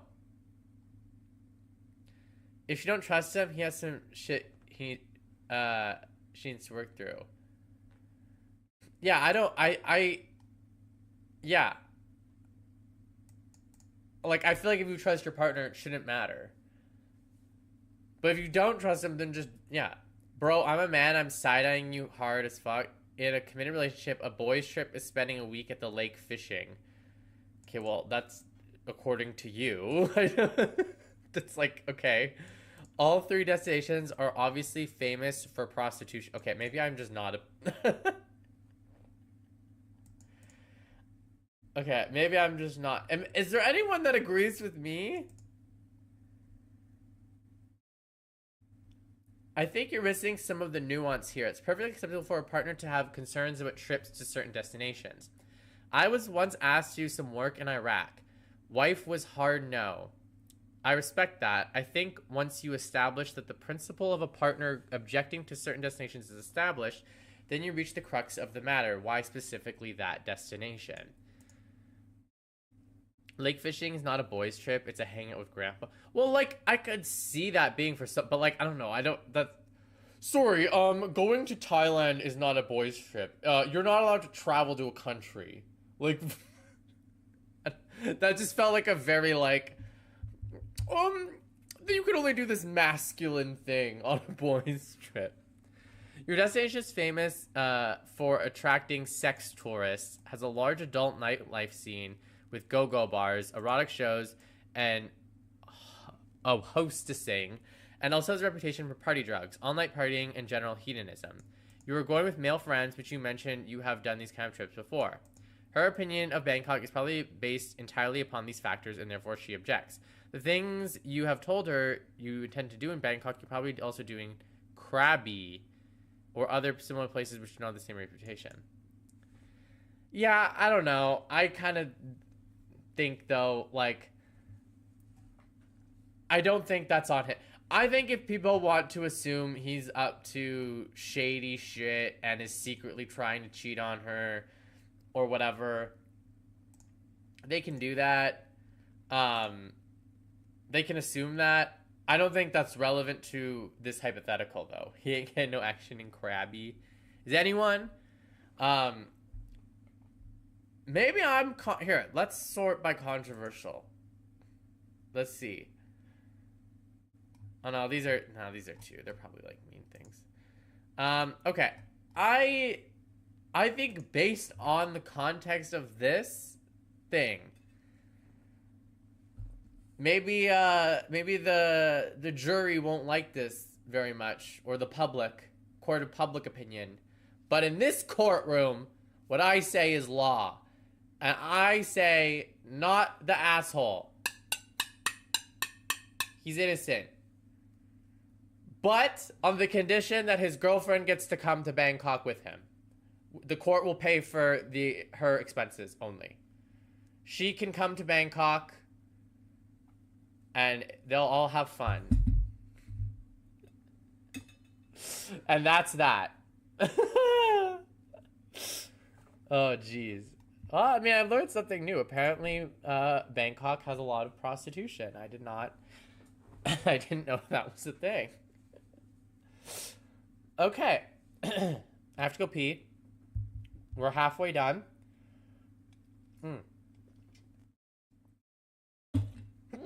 Okay. I'll be right back. Where is...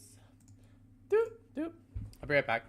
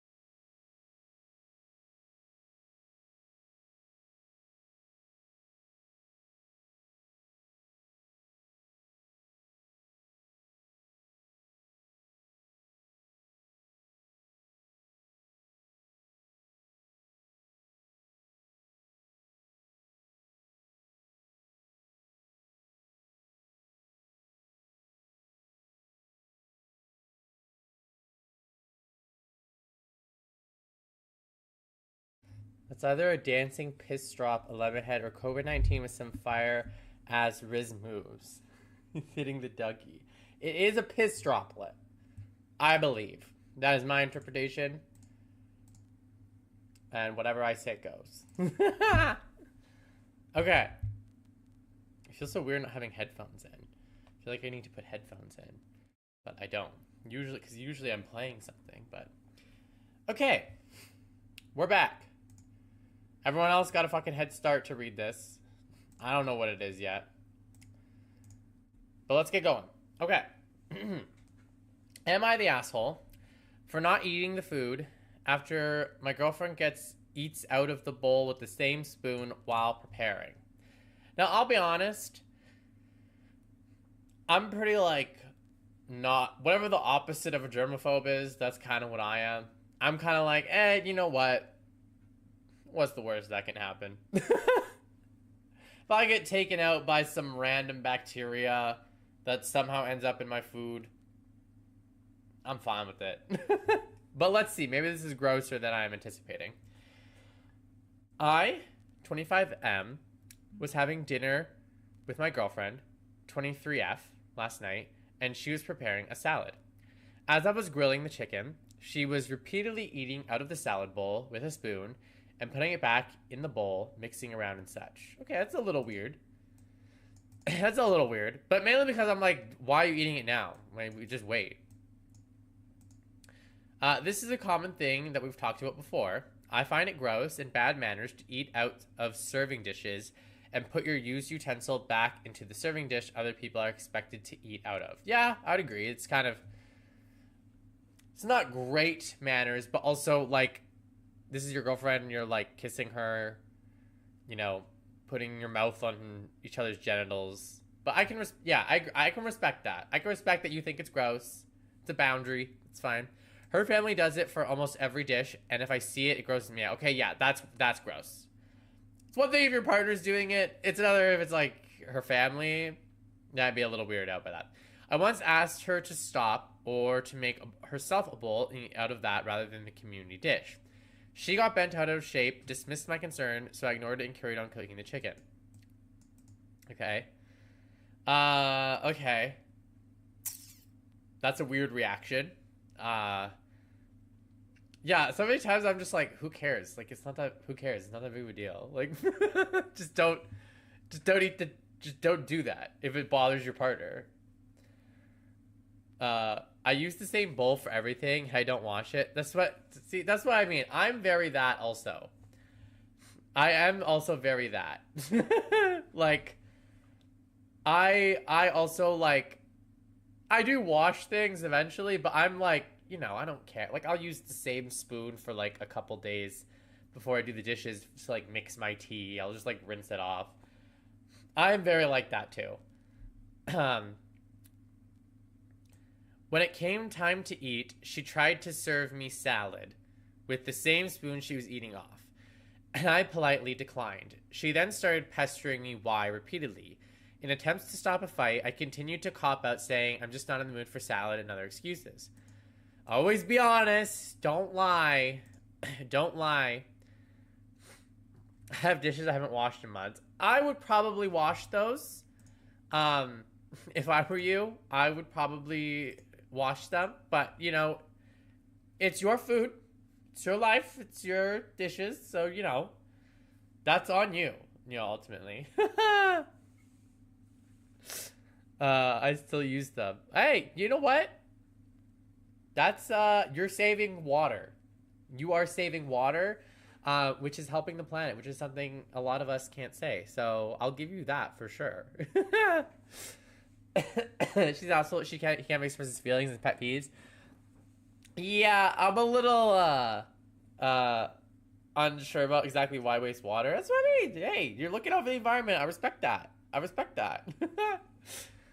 Yeah, but it's a little weird that it's like such a big deal to her. Until she finally asked me enough to where I reiterate my concern that her reusing her dirty spoon in the bowl turned me off from eating it. She then played the victim, ooh, that's very accusatory language, about how she spent so much time preparing it for me and that I was being dramatic.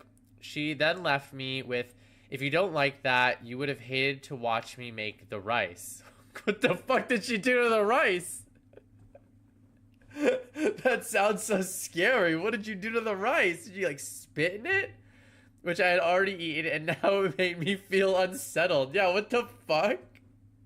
That's such a weird thing to say. You ain't wrong, though. Yeah, I would think that's kind of weird. But,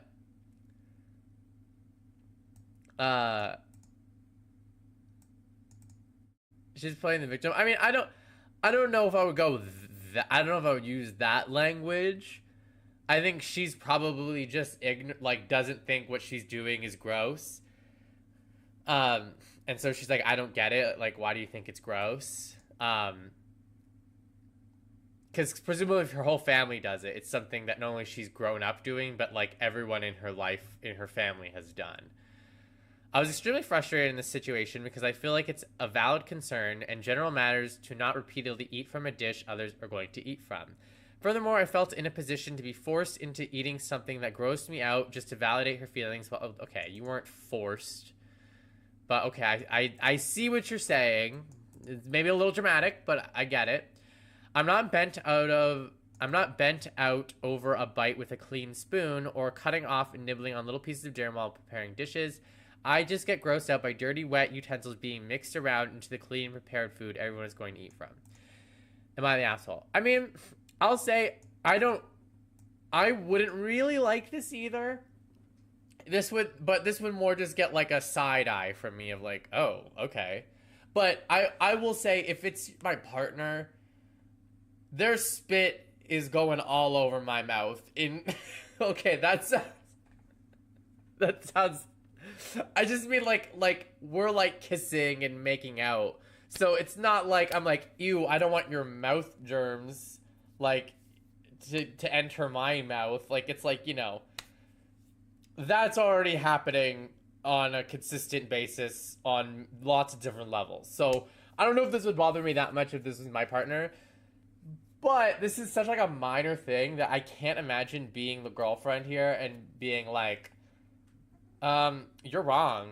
Like, it's not gross, actually. Like, get over it. Like, it's like, or you could just not do that. Like, he's from the Hamptons and grew up playing polo. She's from Philly and grew up street fighting and swapping spit. 2 different worlds. Wow. I like the little headcanon you're writing. That sounds like a really good rom-com. I love that. Yeah, I don't know. This feels like it's not.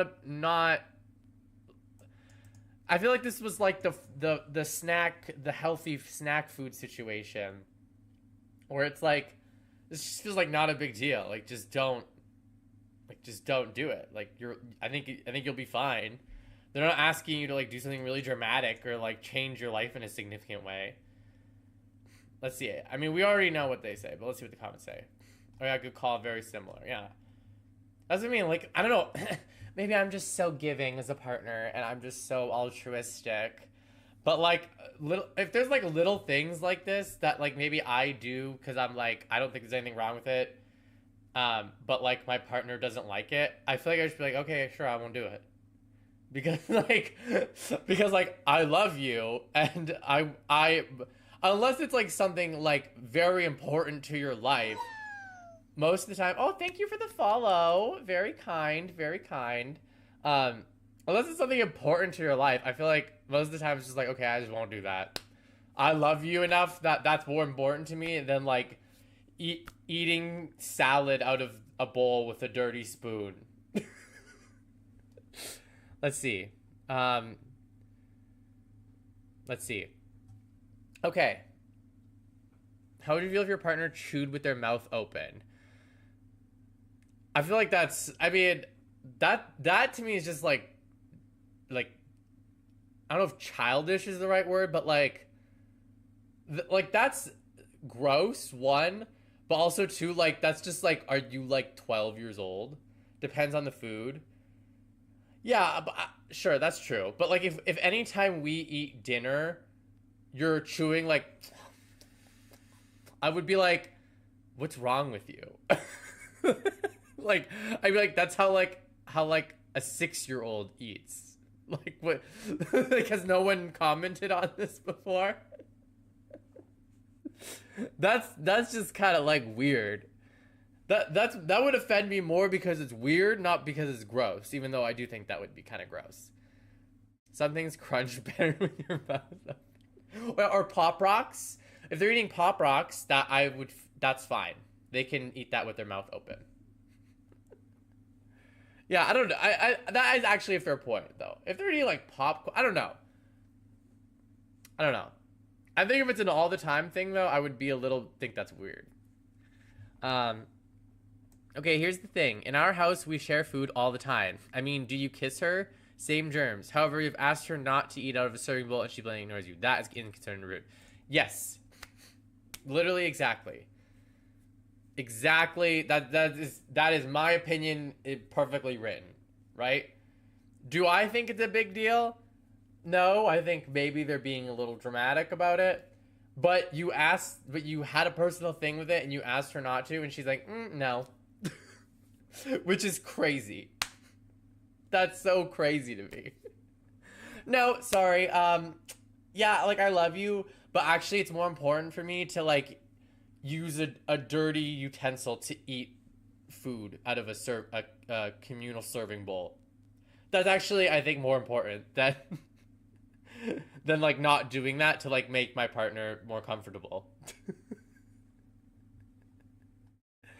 Not the asshole. Yeah, people poking fun at the whole "do you not kiss" while glossing over the fact that this was something he went out of his way to stress to her he does not like, and it makes him not want to eat the food. She then not only continued to do it, but then copped an attitude. She doesn't like being called out for gross food practices. Opie doesn't like eating spit and back. Oh, okay, well, when you phrase it like that, that sounds really gross. It's worse that he says her whole family does this, even though if they're cooking for guests. That's just, yeah, that, I will say, that's kind of crazy. To do that while you're cooking for guests, like, that's weird. That I would be like, I don't want to eat at your family's house. I'm fine with sharing spit germs with my partner, not with her parents, though. WOPM on his whole side. Yeah, I think the biggest thing is, like, this is a very simple case of, like, you ask your partner to do a very small thing or to not do a very small thing because it makes you uncomfortable in some way, and they went, no. No. Info, did she make the salad just for the two of you? If yes, then I don't really understand. I assume you exchange bodily fluids anyway during kissing. I don't mind if my boyfriend tastes dinner using the spoon used for mixing and then he puts it back when we cook. Yeah, I don't think it matters, though. I think I don't think this is a level of irrationality. I woke up at 10 a.m. yesterday and was doing physical labor since 2 p.m. yesterday until 2 p.m. today, and I still haven't slept. Am I the asshole? I'm sure your body would say yes. Yeah, I don't know. I feel like this isn't something that's like so like schizophrenic delusional. It does. This isn't something that's like so schizophrenic delusional where it's like, okay, you're kind of weird for asking them to not do this. It's like, yeah, it's a little like overly germophobic, but it's really not a big deal for your partner to like not do that. And yeah, I'm curious how long these people have been together. I mean, if they live together, that's kind of crazy. Because I feel like this must show up in other ways. Especially my tootsies. What body part is that? I don't know what body part that is.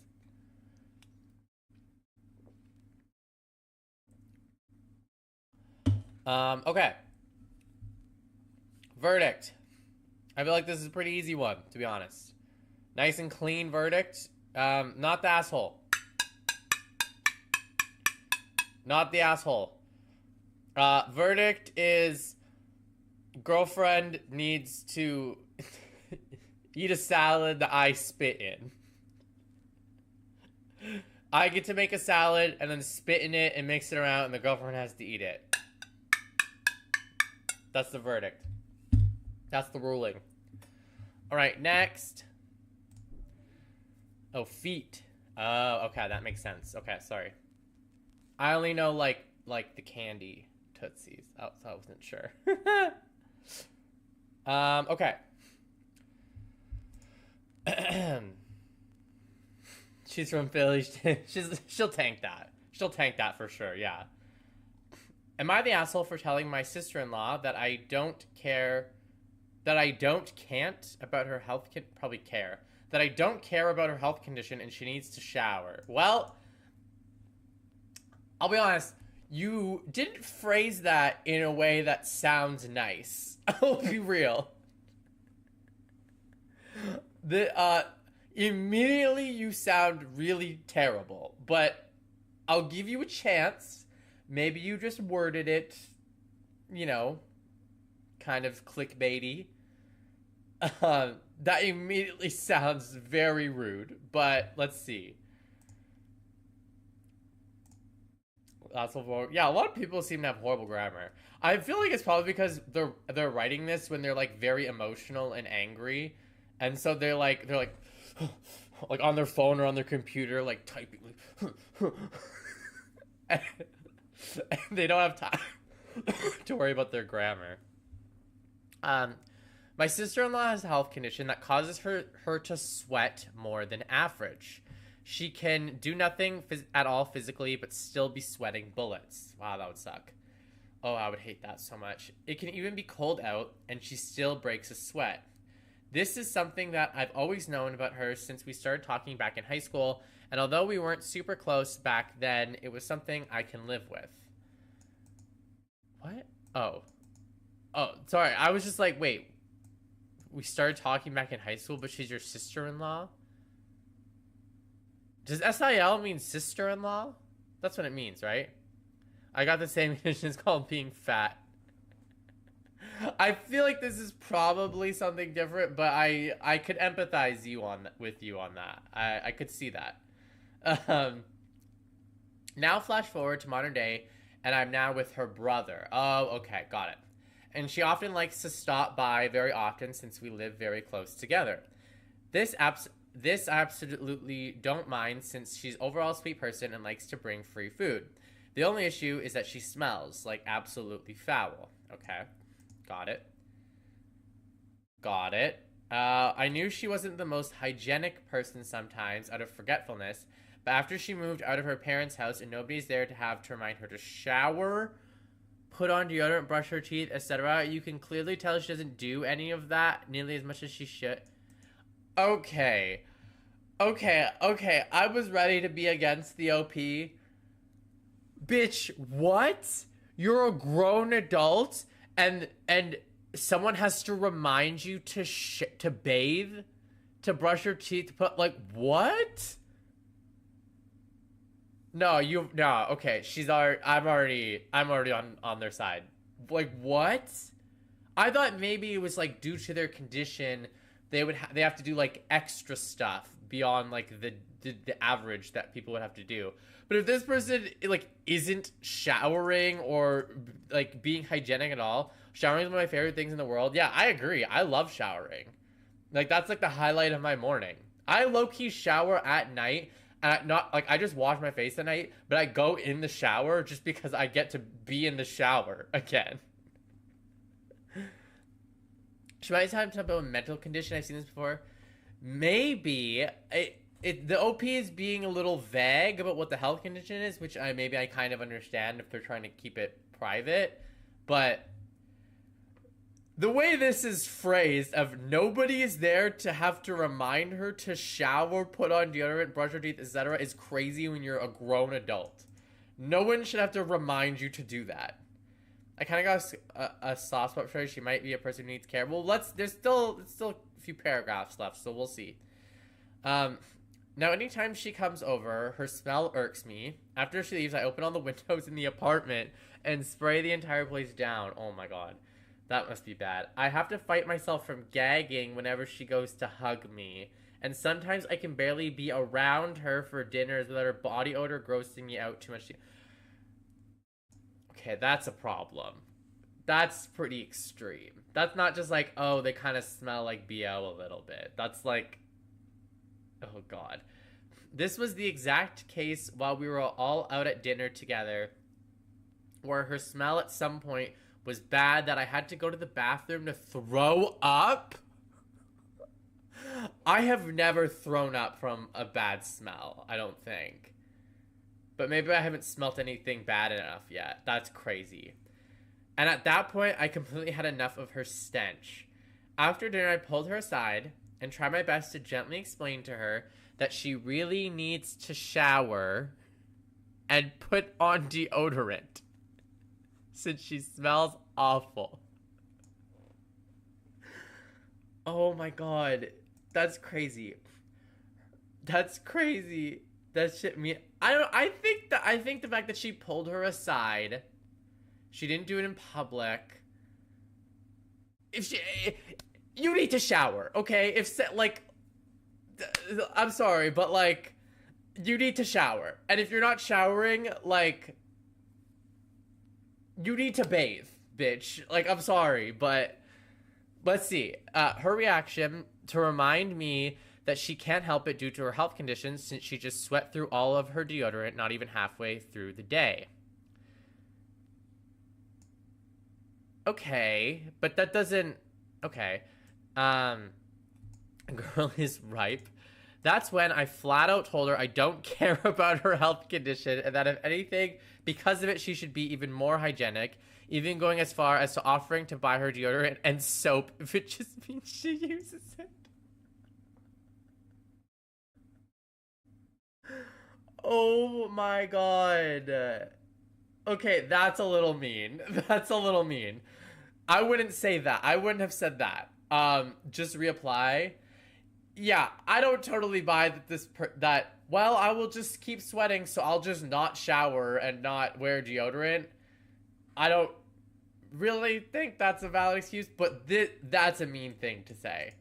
I don't care about her health condition and that if anything, because she'd be more hygienic, even going as far as to offering to buy her deodorant and soap if it means she just uses it. That, like, true, but a little mean. That is a little mean, to be honest, because she's probably insecure about it. She ended up breaking down crying about how she can't help her condition and she doesn't understand why I'm being so mean to her. Did I point it out? Did I point it out nicely? No. Oh, absolutely not. But it's starting to drive me insane that every time I'm around her, she smells like a barnyard. Oh my god. So now I need to know if I'm in the wrong for this one. Okay. That was definitely a mean thing to say. That was mean. I don't really think there's any way around that. Let me read the edit. There's more context. I change my socks halfway through my longer work days because I know my feet are rank. I'm telling you, she has some type of thing where she needs a person and needs to have care and constant reminder. I knew a girl like this. She was super hot. Oh, okay. But her boyfriend had to tell her when to shower. Sometimes he would end up bathing her, especially if she was stimming. Like she had autism? I don't know. That might be true, but I can only judge based on the information provided, and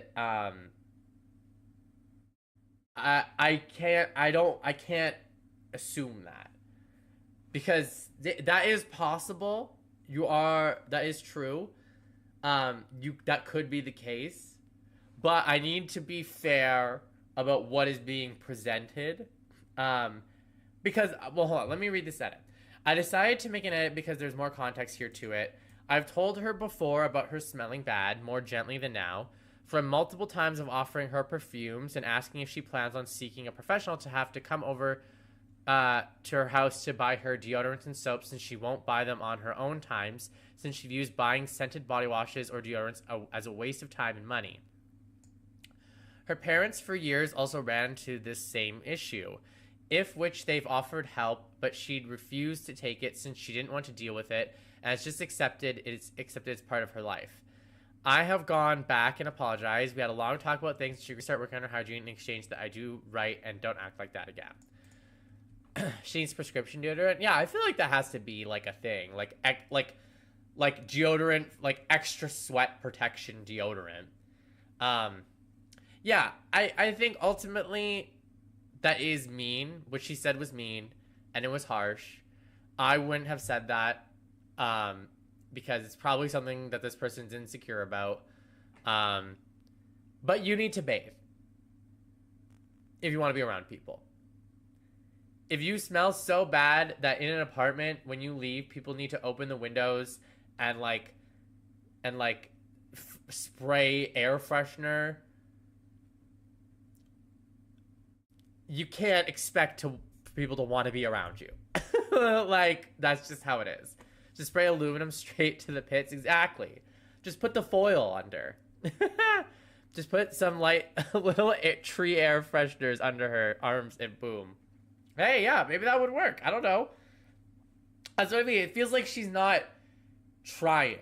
It feels like she's like, oh, I'd have to put in more effort than just the regular, maybe. And because of that, I'm just not going to try. But, like, that's not really a solution if you want to, like be around people. You know? Yeah, I don't think I would be as mean as she was. But also, maybe you could argue this is meaner. I'd probably just stop wanting to be around that person. I would just be like, no, she can't come over. I will note an interesting perspective. Her diet might affect her smell as well. That is also very valid if they're American, for sure. But there's a perspective here that was not mentioned that I just want to note. It doesn't mean necessarily anything directly, but what is her husband? Like, what has he done? You know what I mean? Yeah, it seems like she's not even attempting to want to move in the right direction. The chick was talking about was at least open to accepting help. This seems to... Yeah, that's what I mean. Like, it'd be one thing if she was like, I do shower, I do put on deodorant, it doesn't help.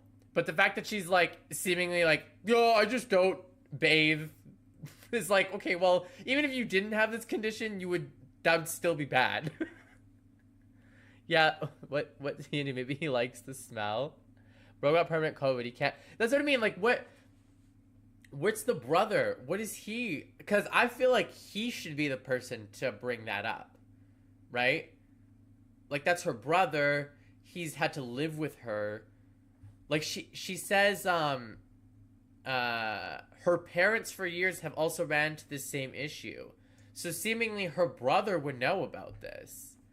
So, like, why isn't he talking to her? What is his opinion on this, you know? So I'm not saying that's, like, bad of him, because she may have just left it out of the story. But, like, I just find it interesting that there's no perspective on the brother on this. And, like, why isn't he saying to her, hey, you need to shower. You need to bathe. He likes sweaty. Maybe he's sweaty, too. Not the asshole. I have hyperhidrosis. I take medication that massively helps with this. There are so many ways to cope with hyperhidrosis. Well, you don't know what they have, but yeah, I still am willing to bet whatever they have, there's probably ways they can deal with it. Starting with at least bathing on a regular basis. Plot twist: the brother works in a deodorant packing factory. That would be crazy. That would be a good plot twist. He's like that, but that's why he wants to be around things that smell good. But yeah, they're almost assured. Like, does her doctor not give her anything for it? I mean, it is the US, so maybe she can't afford that, but she needs to see her doctor because there are a variety of treatments available for excessive sweating. She's neglecting herself by ignoring this and doing nothing about it. Never mind expecting others to put up with it too.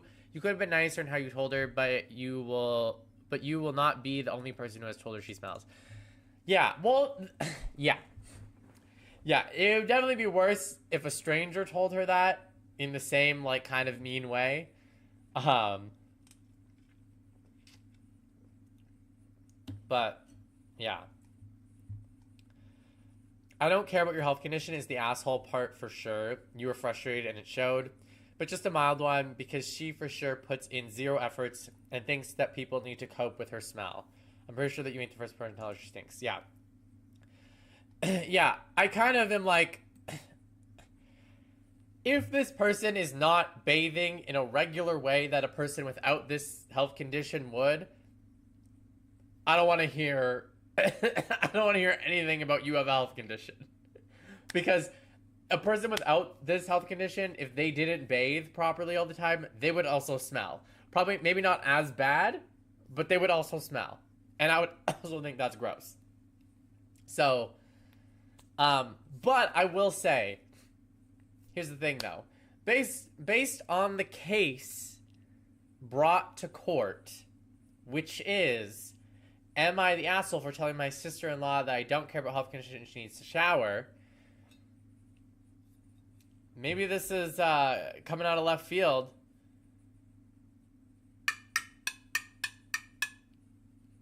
She's an asshole. For that comment, specifically. Because that is what she asked about. So I would say, yes, you're an asshole for that comment. But part of my ruling is you just need to buy soap and hygiene products for your sister, and the court will administrate them to the sister-in-law. The court will forcibly bathe the sister-in-law for 6 months. That's the verdict. That's the ruling. It's not our job to care about others' health conditions. It's hard enough caring about our own. Yeah, that's fair. I mean, is her sister-in-law though? The real asshole is the sense of smell. True. Yeah, that's true. Um, yeah, I just think yeah, but you're right in the context of this situation where it's um,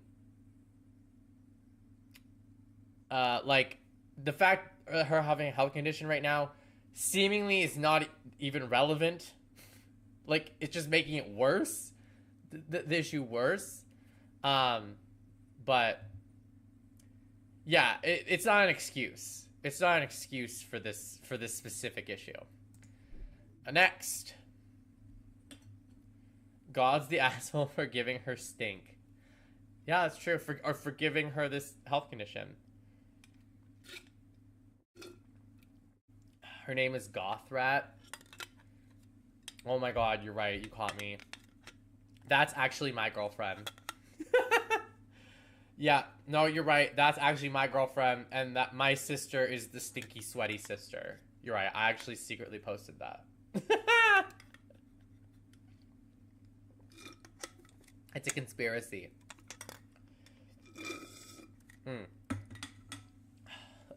Okay. Am I the asshole for not enjoying the birthday gifts my friend got me that mocked my dead mother? What? What? Well, probably not. I don't know how much explanation on this I need, but that's crazy. Um, let's see. Hi, Reddit. I'm posting this on a throwaway account due to some of the people involved use Reddit. I'm rewriting this post because the one I initially wrote had been way too... Okay, cool. I, 20F, lost my mother 8 months ago, suddenly. I have experienced a wave of emotion as I had a weird relationship with my mother and a lot of unsaid things. I did not get to say goodbye to her, which pains me every single day. I have a large group of friends, some from high school and some from uni, who have all supported me tremendously. One specific friend, Kayla, I met in uni. I would not consider her my best friend, but she has been such an amazing support to me throughout this whole situation with my mom. She always told me I could come to her for anything and would even pull me aside during social events to make sure I was doing okay. Yesterday, my birthday, Kayla and a group of my other friends came over unannounced with party decorations, snacks, and even cake. After the emotional morning I had due to the dread I had for my birthday coming, this made me cry. Okay, that makes sense. I'll never understand why they named the people. Yeah, especially since they used a throwaway account, but I felt so seen and loved in this moment. This lasted up until my friends brought gifts they had bought. I opened 2 gifts before opening Kayla's. It was a large box. I opened it with a huge smile on my face, and my friends all looked excited for me to see what was inside. To my shock, there was a mug and a hoodie. Both had a large, bold font saying, "Motherless behavior."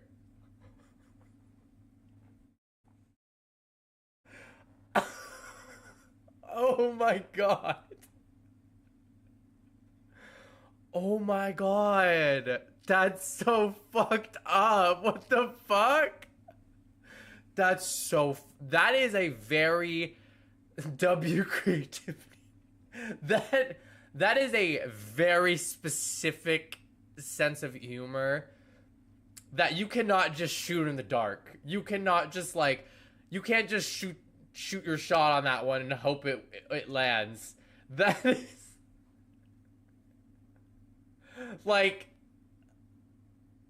That is funny, but in a very fucked up way, that person not only needs to have that sort of sense of humor, but also needs to be like in a place where they are over it. 100% fucked up, hella creative. Yeah, it's creative for sure. I'll give it that. That is crazy though. I could not I could not imagine doing that. I was in so much shock, I excused myself. I ended up calling it a night and they all left. Kayla muttering, "It was supposed to be funny," as she passed by me to leave. Oh my god. Holy shit. This morning I woke up with texts from some of my friends at the party reassuring me Kayla had no ill intent, and then I saw Kayla messaged me. It's only funny when the orphan person uses such a flavor of joke to reclaim power of their situation. If it wasn't your mother, don't joke about it. Yeah, that's a really good point, actually. That's actually a very good point. It's definitely... Kayla seems like a blast in a bottle. Yeah, that's a really good point. That should not be a joke that you bring up, like, as you are the person bringing that up. That should be a joke that if this person who lost their mother is, like, bringing that joke up on themselves, then maybe it's fine for you. But an outside person should not joke about your parents dying before you do. That's a very good point. Yes. That's so crazy. Okay. What did Kayla say? Then I saw Kayla messaged me. The message was lengthy, including many messages saying things like, "It was of good intent." You embarrassed me? I was trying to lighten the situation. You embarrassed me. That is a level of being, like, of self-absorbed selfishness that I hope never finds me, because oh my god. Yeah, you really embarrassed me when you were uncomfortable at my joke about your dead mom. That really embarrassed me. I think you embarrassed yourself. I think you made a huge misread and felt embarrassed, and oh my god, that would send me into orbit. Oh my god. One message in particular that Kayla sent had gotten to me. This message said, "After 8 months, you should be able to accept your mom's death and joke about it. You're self-sabotaging from holding on, and it's ruining your friendships." What the fuck? What the fuck? What the fuck? Not only you embarrassed me when you didn't laugh at my joke about how your mom died, but also, like, get over it. It's been like 8 months. And also, like, you're kind of being an asshole because you're like ruining your friendships because, like, you're still sad about your dead mom. What the fuck? I don't say this often about stuff on here. That is sick and twisted. That is that's evil. That's an evil thing to say to someone. My mother carried me inside her for an eye. That's what I mean. Even if it had been like 5 years, if a person is not comfortable with a joke like that, it doesn't matter how long it's been, right? Kayla the type of chick to be like, "I only hang with the boys because girls don't like me." Yeah, I think it's ruining your friendships. Maybe just with you, Kayla, because you're a bitch and you have, like, no empathy. Like, not that this would excuse it.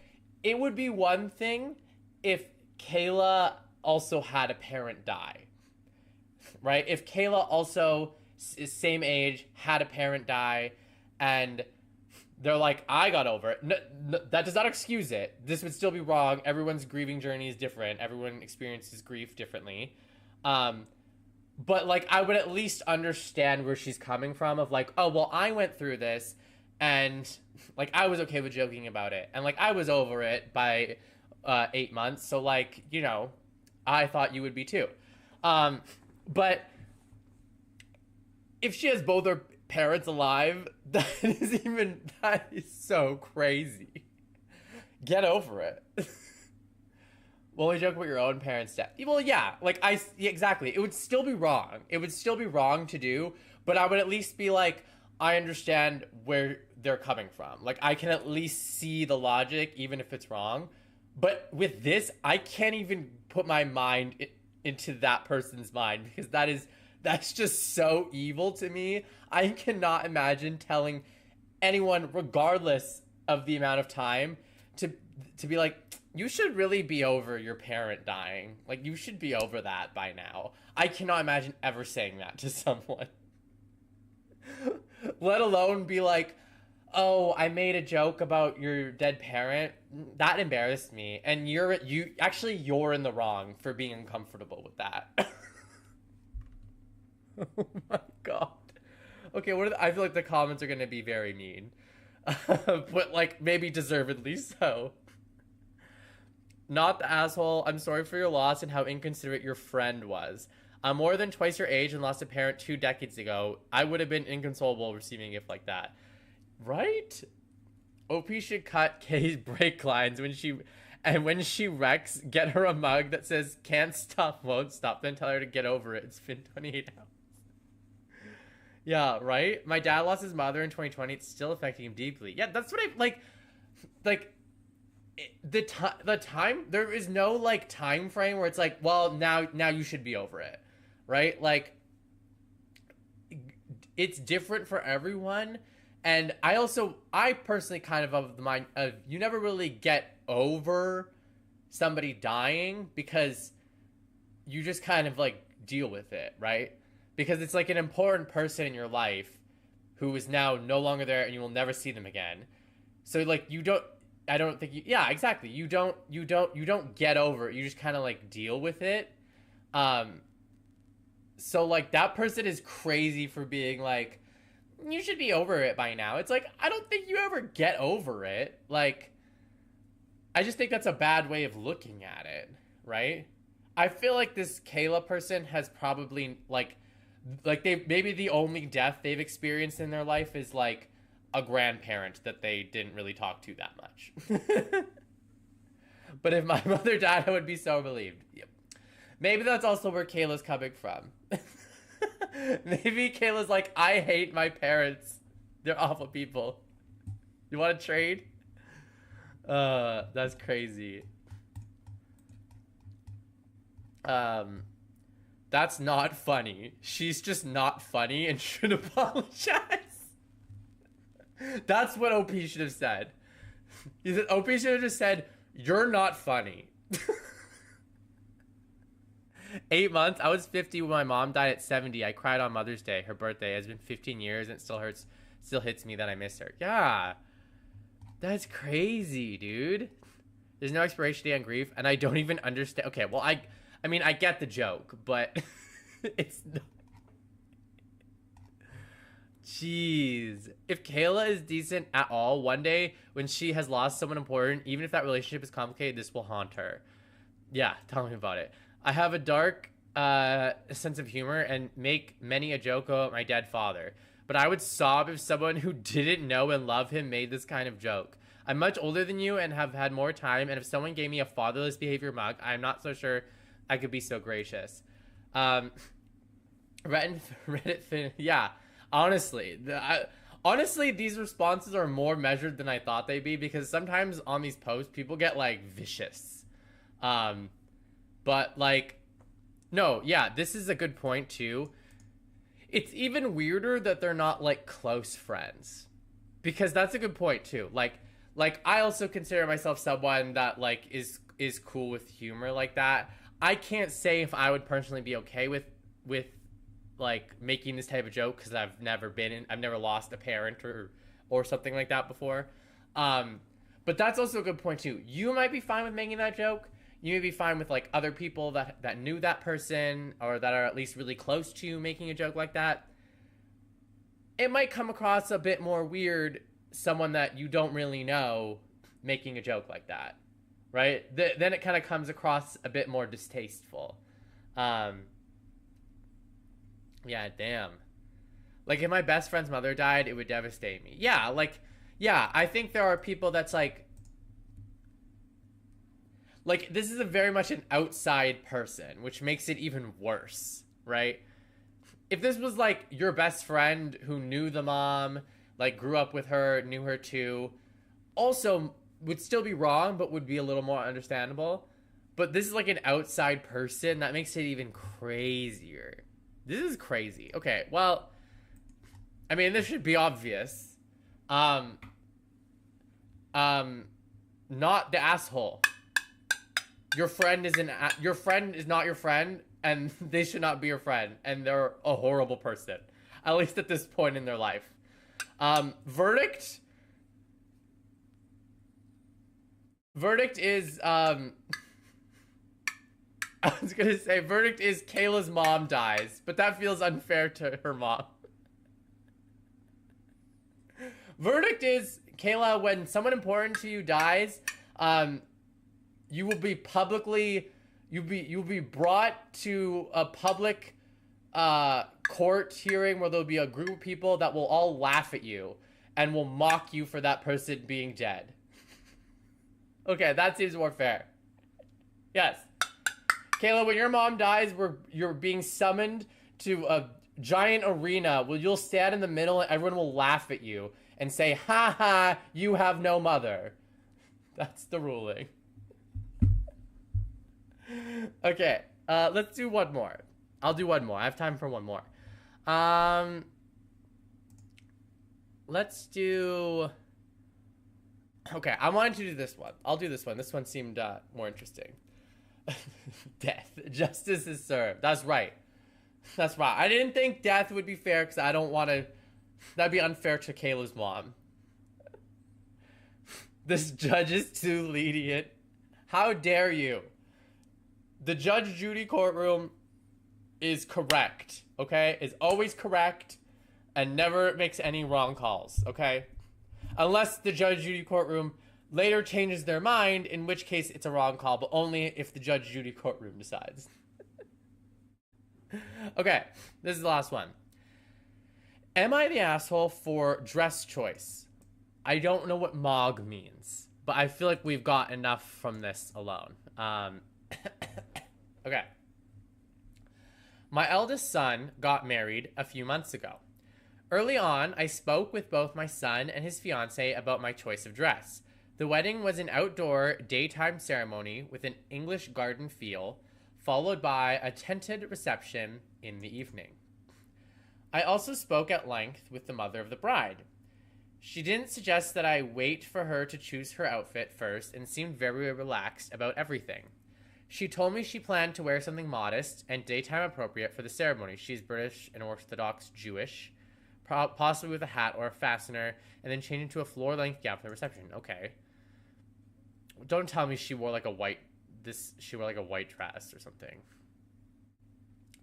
I went dress shopping with friends and my sister-in-law and tried on many dresses, but none of them had the wow factor I was hoping for. I kept feeling disappointed and honestly a bit deflated because this was my son's wedding and I wanted to feel confident in how I looked. Okay, that's fair. I sent photos of several options to my son and his fiancée so they could weigh in. My future daughter-in-law was very supportive and said I looked beautiful in anything and that she mainly wanted me to feel comfortable. She did repeat several times that her mother planned to wear a midi or T-length dress or a two-piece ensemble for the ceremony and something more formal for the evening. Okay. Second time that's mentioned, so it must be relevant. Eventually, I found the dress, immediately felt that wow feeling I'd been missing. I shared it with my son and daughter-in-law and asked for their honest thoughts. My daughter-in-law said it was beautiful and elegant and that she was happy I found something I felt confident in. She did ask whether I might consider something more subtle and sent some links. Okay. She said she wanted me to feel comfortable and confident, so I assumed it was fine to go with my original choice. What the hell is a T-length dress? It's like, it'd be like your shins. Like to your shins. I believe, at least. A midi dress, I'm pretty sure is to your knees. Oh no, maybe it's like, maybe T-length is knees, midi is shins, I think. Basically like not a to-the-floor gown. But not like a short dress, which I'm guessing this is going by her saying something more subtle. I don't know what that means, but anyways. What do you call a dress above above the thigh? That would be like a mini dress. I think you would call that a mini dress. Um, my son later called and asked if I had liked any other dresses or would consider something less flashy. Okay. I told him honestly that no, this was the only one that really gave me that wow factor and made me feel good. He said, okay, so I took that as settled. I sent a photo of my dress to the mother of the bride who hadn't yet picked her outfits. She later told me she'd found a cream, light purple, and light blue outfit for the ceremony that she felt would complement my colors. Then she was planning on changing into a black floor-length gown for the reception. She told me my dress was beautiful. Okay, I don't see where this story is going. The week of the wedding, my daughter-in-law was very stressed. I told her I'd bought a steamer to help with her dress and thought I might see her before the ceremony, but she didn't invite me in the bridal suite before the ceremony. I previously asked a few times to see photos of her dress, but she never showed me any.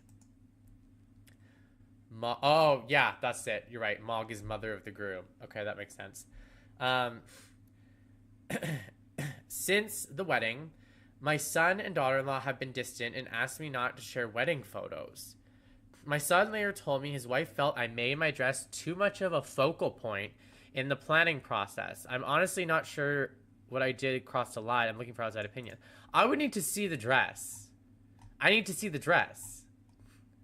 Because what do you mean? My son told me he felt my wife made my dress too much of a focal point in the planning process. But like, what was she supposed to focus on? It's not her wedding. And if she's not responsible for anything, the only thing she really needs to pay attention to is her dress, right?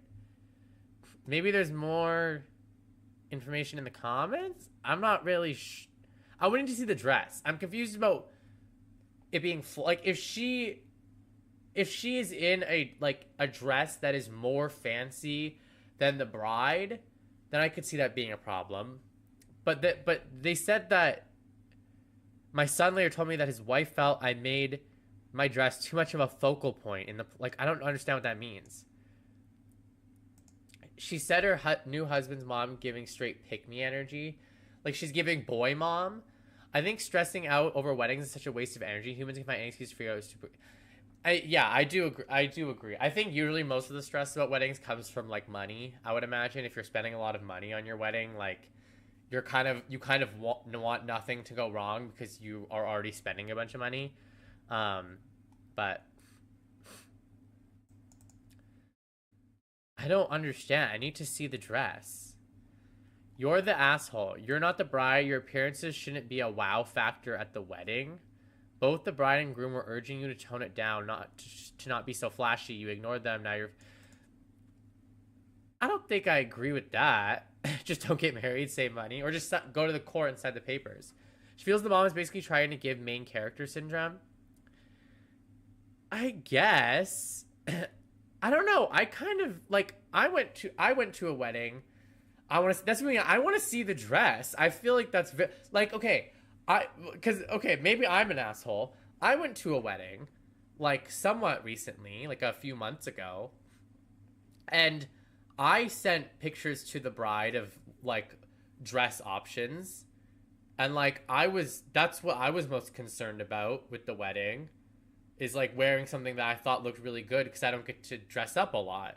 I feel like if you are a guest and you're not part of any of the planning of the wedding, I don't get why it's bad to be like, oh, I want to wear something where I look really good. How long was your dress? It was like just above the knees. It was not like flashy. Like I need to see the dress. Like what I wore was not like rivaling the bride, right? Which like if the problem is like she wore a dress that is like super fancy to the point where, because like the bride and groom should be usually the bride should be like the most fancy looking, right? Nobody should ever tell other people what to wear. I mean, I do think it's fair to some degree in a wedding because it's about you at the end of the day, right? If you're having a wedding, It's about you. So like, I'll wear whatever you tell me to wear because it's your event and I'm just there to support you. But like, I would need to see the dress, right? If the mom came to the wedding looking like this is her prom, that is kind of, yeah, like if the dress, like if she wore a ball gown, like a giant with like a big puffy skirt and like a tiara and like blah blah. Okay, yeah, that would be kind of weird. I would agree with that, right? But I really disagree with this. Your appearance shouldn't be a wow factor at the wedding. I'm like, I don't agree with that. I think it's fair to want to like look really good at a wedding that isn't yours, because a lot of people don't get to dress up like that very often. I don't know. I don't really feel like there's anything wrong with that. You're the asshole. If you want a wow factor dress, then you can get married. Also, can't you take a hint? My daughter-in-law said it was beautiful and elegant and that she was happy I found something. I felt confident. She did ask whether I might consider something more settled and sent me some links. She said she wanted me to feel comfortable and confident, so I assumed it was fine to go with my original choice. Okay, sure. I agree with that. I think the daughter was hinting to change the dress. She also could have just said that, though. In fairness, if it's such a problem that later you're like mad at her and not talking about her, then you should have just said, "Hey, can you not wear that dress?" Be blunt. Yeah, like it's your wedding, right?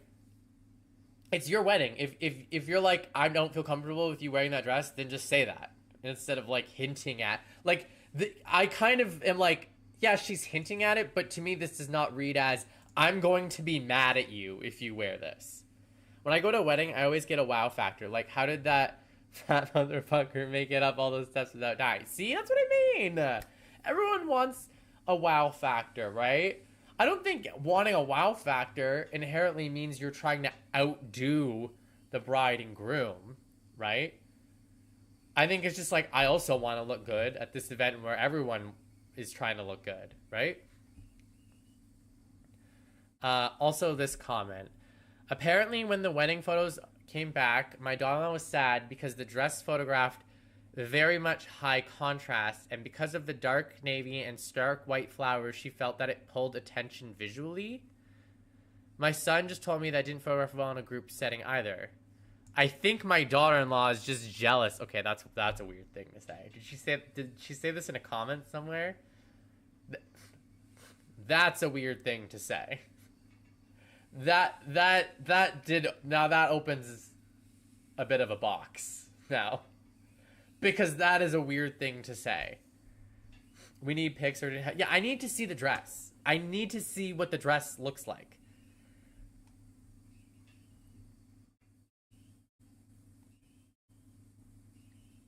Heading to add link to her comment. Oh.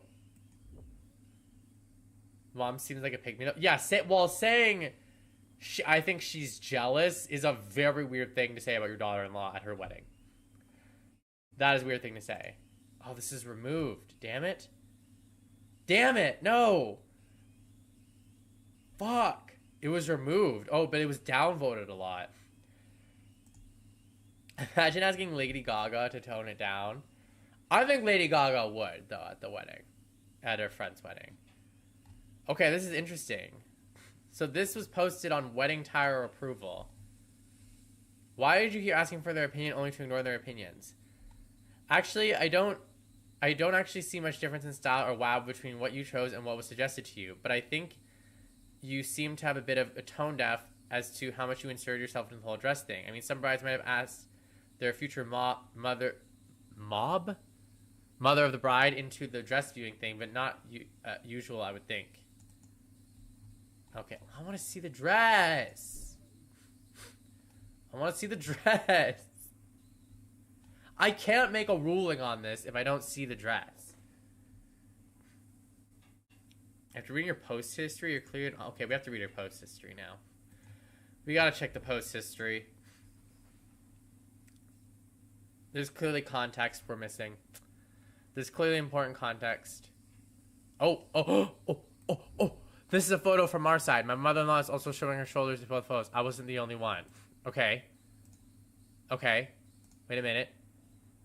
Wait it. This is a photo of my husband, my mom, his mom, bride and groom, and myself. How is this dress inappropriate? Okay. Okay. So, okay. Sorry. This is the most ugly wedding dress I've ever seen. I'm sorry. I'm sorry. I'm sorry. I'm sorry. That is the ugliest fucking wedding dress I've ever seen. What is this? Oh my god, that is hideous. Wow. Sorry. I know that's not the point of this, but that had to be said. Amish wedding dress was, yeah.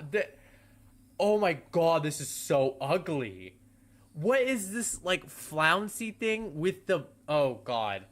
Okay, sorry. Anyways, okay, so which one is her? My husband, his mom, my group, and myself. Okay, so presumably this is her then? If that's her husband? Okay. What's wrong with this? This one is the mom. This is the mom. This is the person in the post. I don't see what's wrong with this. Nope on the end?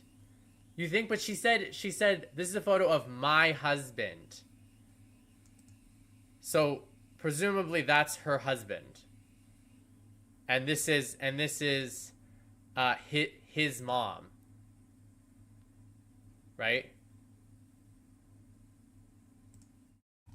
Right? Where's the other dad? One of them has fatherless behavior. What a great callback. Her husband and her...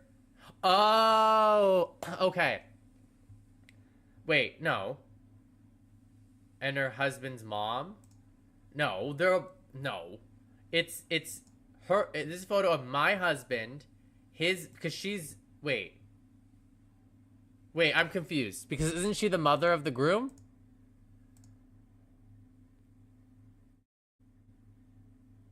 Wait, I'm so confused now. Read it. Yeah, but it says this is a photo of my husband, her husband's mom, his mom? How old are they? How old? The mom of her husband. Okay. So his grandma. Her son. Okay. So, but this is her then. This is the person that made the post. Right? Yeah. Regardless, I don't see any dress in this that's bad. I believe this is her, and this dress looks fine. I don't get it. How is this flashy? No, this isn't her. Because why would... It says... I'm sorry, disgruntled, you're wrong. It's just... This is a photo of my husband. If you're saying this is her, that makes no sense. Yeah, I know you're saying on the end. This is not her. Why would she stand opposite to her husband and her husband has her arm around her? Look at the dress. I know. Or you're just saying... it doesn't matter, okay? It doesn't... She spoke of flowers? Why the fuck is she standing away from her husband and her husband has his arm around his mother-in-law? What? Hold on. You are in evening wear and the other in day wear. Okay, this is a mystery. She's next to her son? This is a weird framing for the photos. My mother-in-law is also showing her shoulders.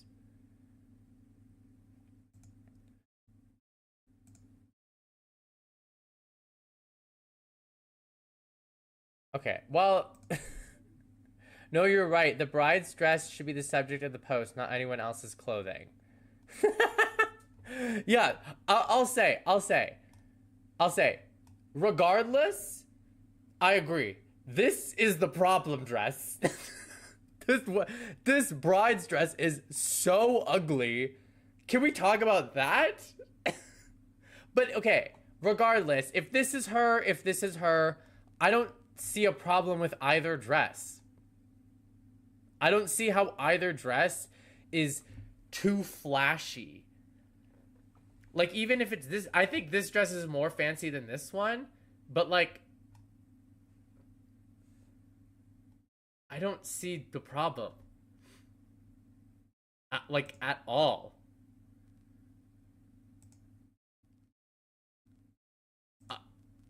I don't see the problem at all.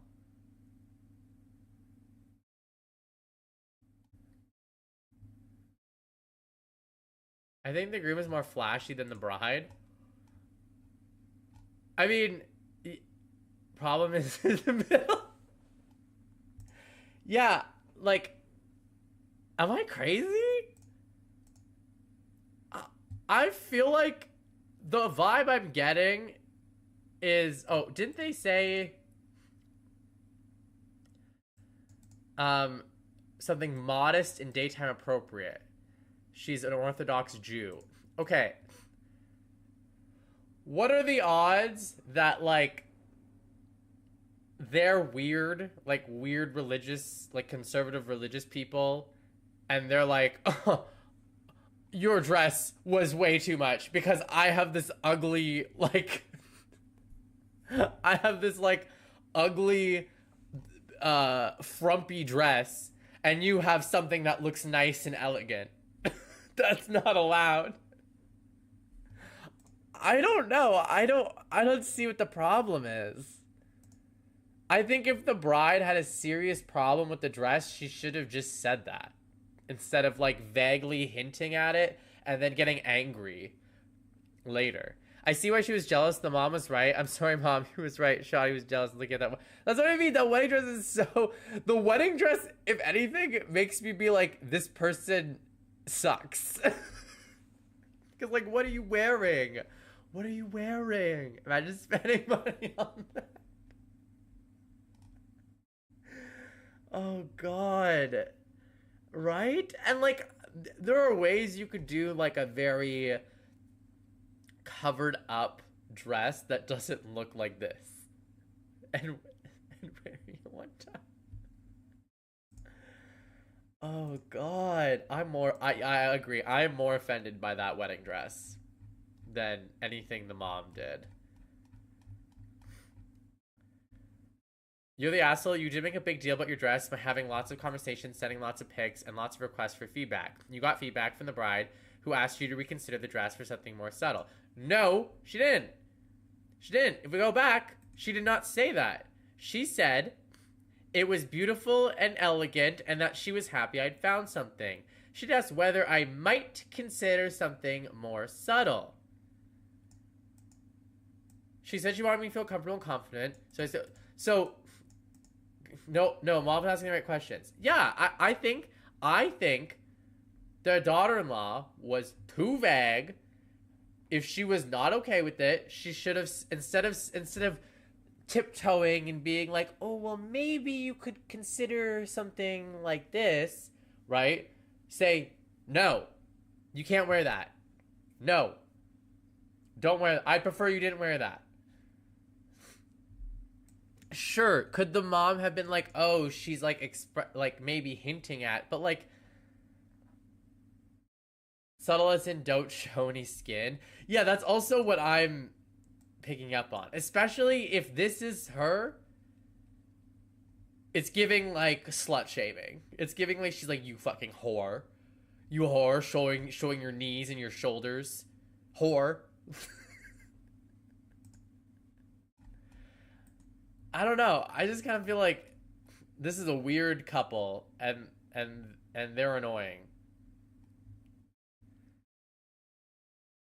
Instead of just randomly show up in a flashy dress, you made a big deal about asking for everyone's input and then turned around and ignored it. They gave you gentle and polite but clear messages that the dress was too much.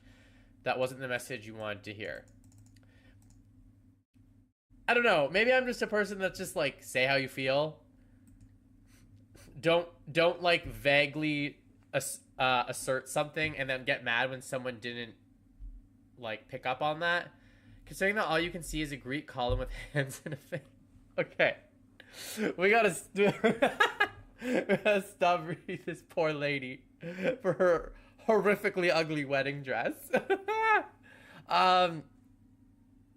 Yeah, I don't know. I kind of feel like considering the dress is not too flashy at all, and like if it was such a big deal that the bride is like don't share wedding photos, right? Like it where it's so dramatic like this of like anger and like and stuff, then you should be more direct with your feelings. If it was something where you're like, oh well, like I'd prefer she didn't, but like whatever, like I'll deal with it, then I would understand her response. But if her response is fuck you, I'm mad at you now, mad at you, then like communicate that. Like you don't need to say that, but like you don't even be like, no, I don't want you to wear that dress. I wouldn't like it. I don't want you to wear that. I think they all assholes. At least one of them is a well-dressed asshole, though. I mean, right? Controversial verdict, according to Reddit. But not the asshole. Not the asshole. Sentencing is the bride needs to get a new wedding dress. Sentencing is, okay, I'll say the mom has to buy the bride a new wedding dress. That's the real crime here. That is the real crime here. That was not addressed in this post. Oh god. Okay. Well, that's it. That's it for today. We went to time. That's good. I wasn't sure we would. So W me for being prepared. And yeah, W Judge Judy stream. We should do more. We'll do more of these in the future. Real crime is nobody told the bride what her dress looked like. I mean, honestly, yeah, I agree. I agree. That was actually fun. Good. Thank you. I'll probably do some more of these in the future because I also enjoyed it too. Yeah, I don't know when in the future because we'll be back. Oh, thank you for the follow. Very kind, very kind. W stream. Thank you. I agree. W stream. W stream. We'll be back on Thursday for the continuation of the Resident Evil Gauntlet that I've been doing. Resident Evil 3 is what's coming up next. Should I wave this hammer? I feel like that's very like threatening. I'm scared I'm gonna break something if I do that, so I'm not gonna do that. But yeah, we'll be back on Thursday to continue that, starting Resident Evil 3. And yeah, I don't know how long Resident Evil 3 is, so I don't know how long it's gonna take. But that's it. I didn't really have anything to say after the but. But yeah, that's it. W stream. My cat's hungry now. Do you want to come up here?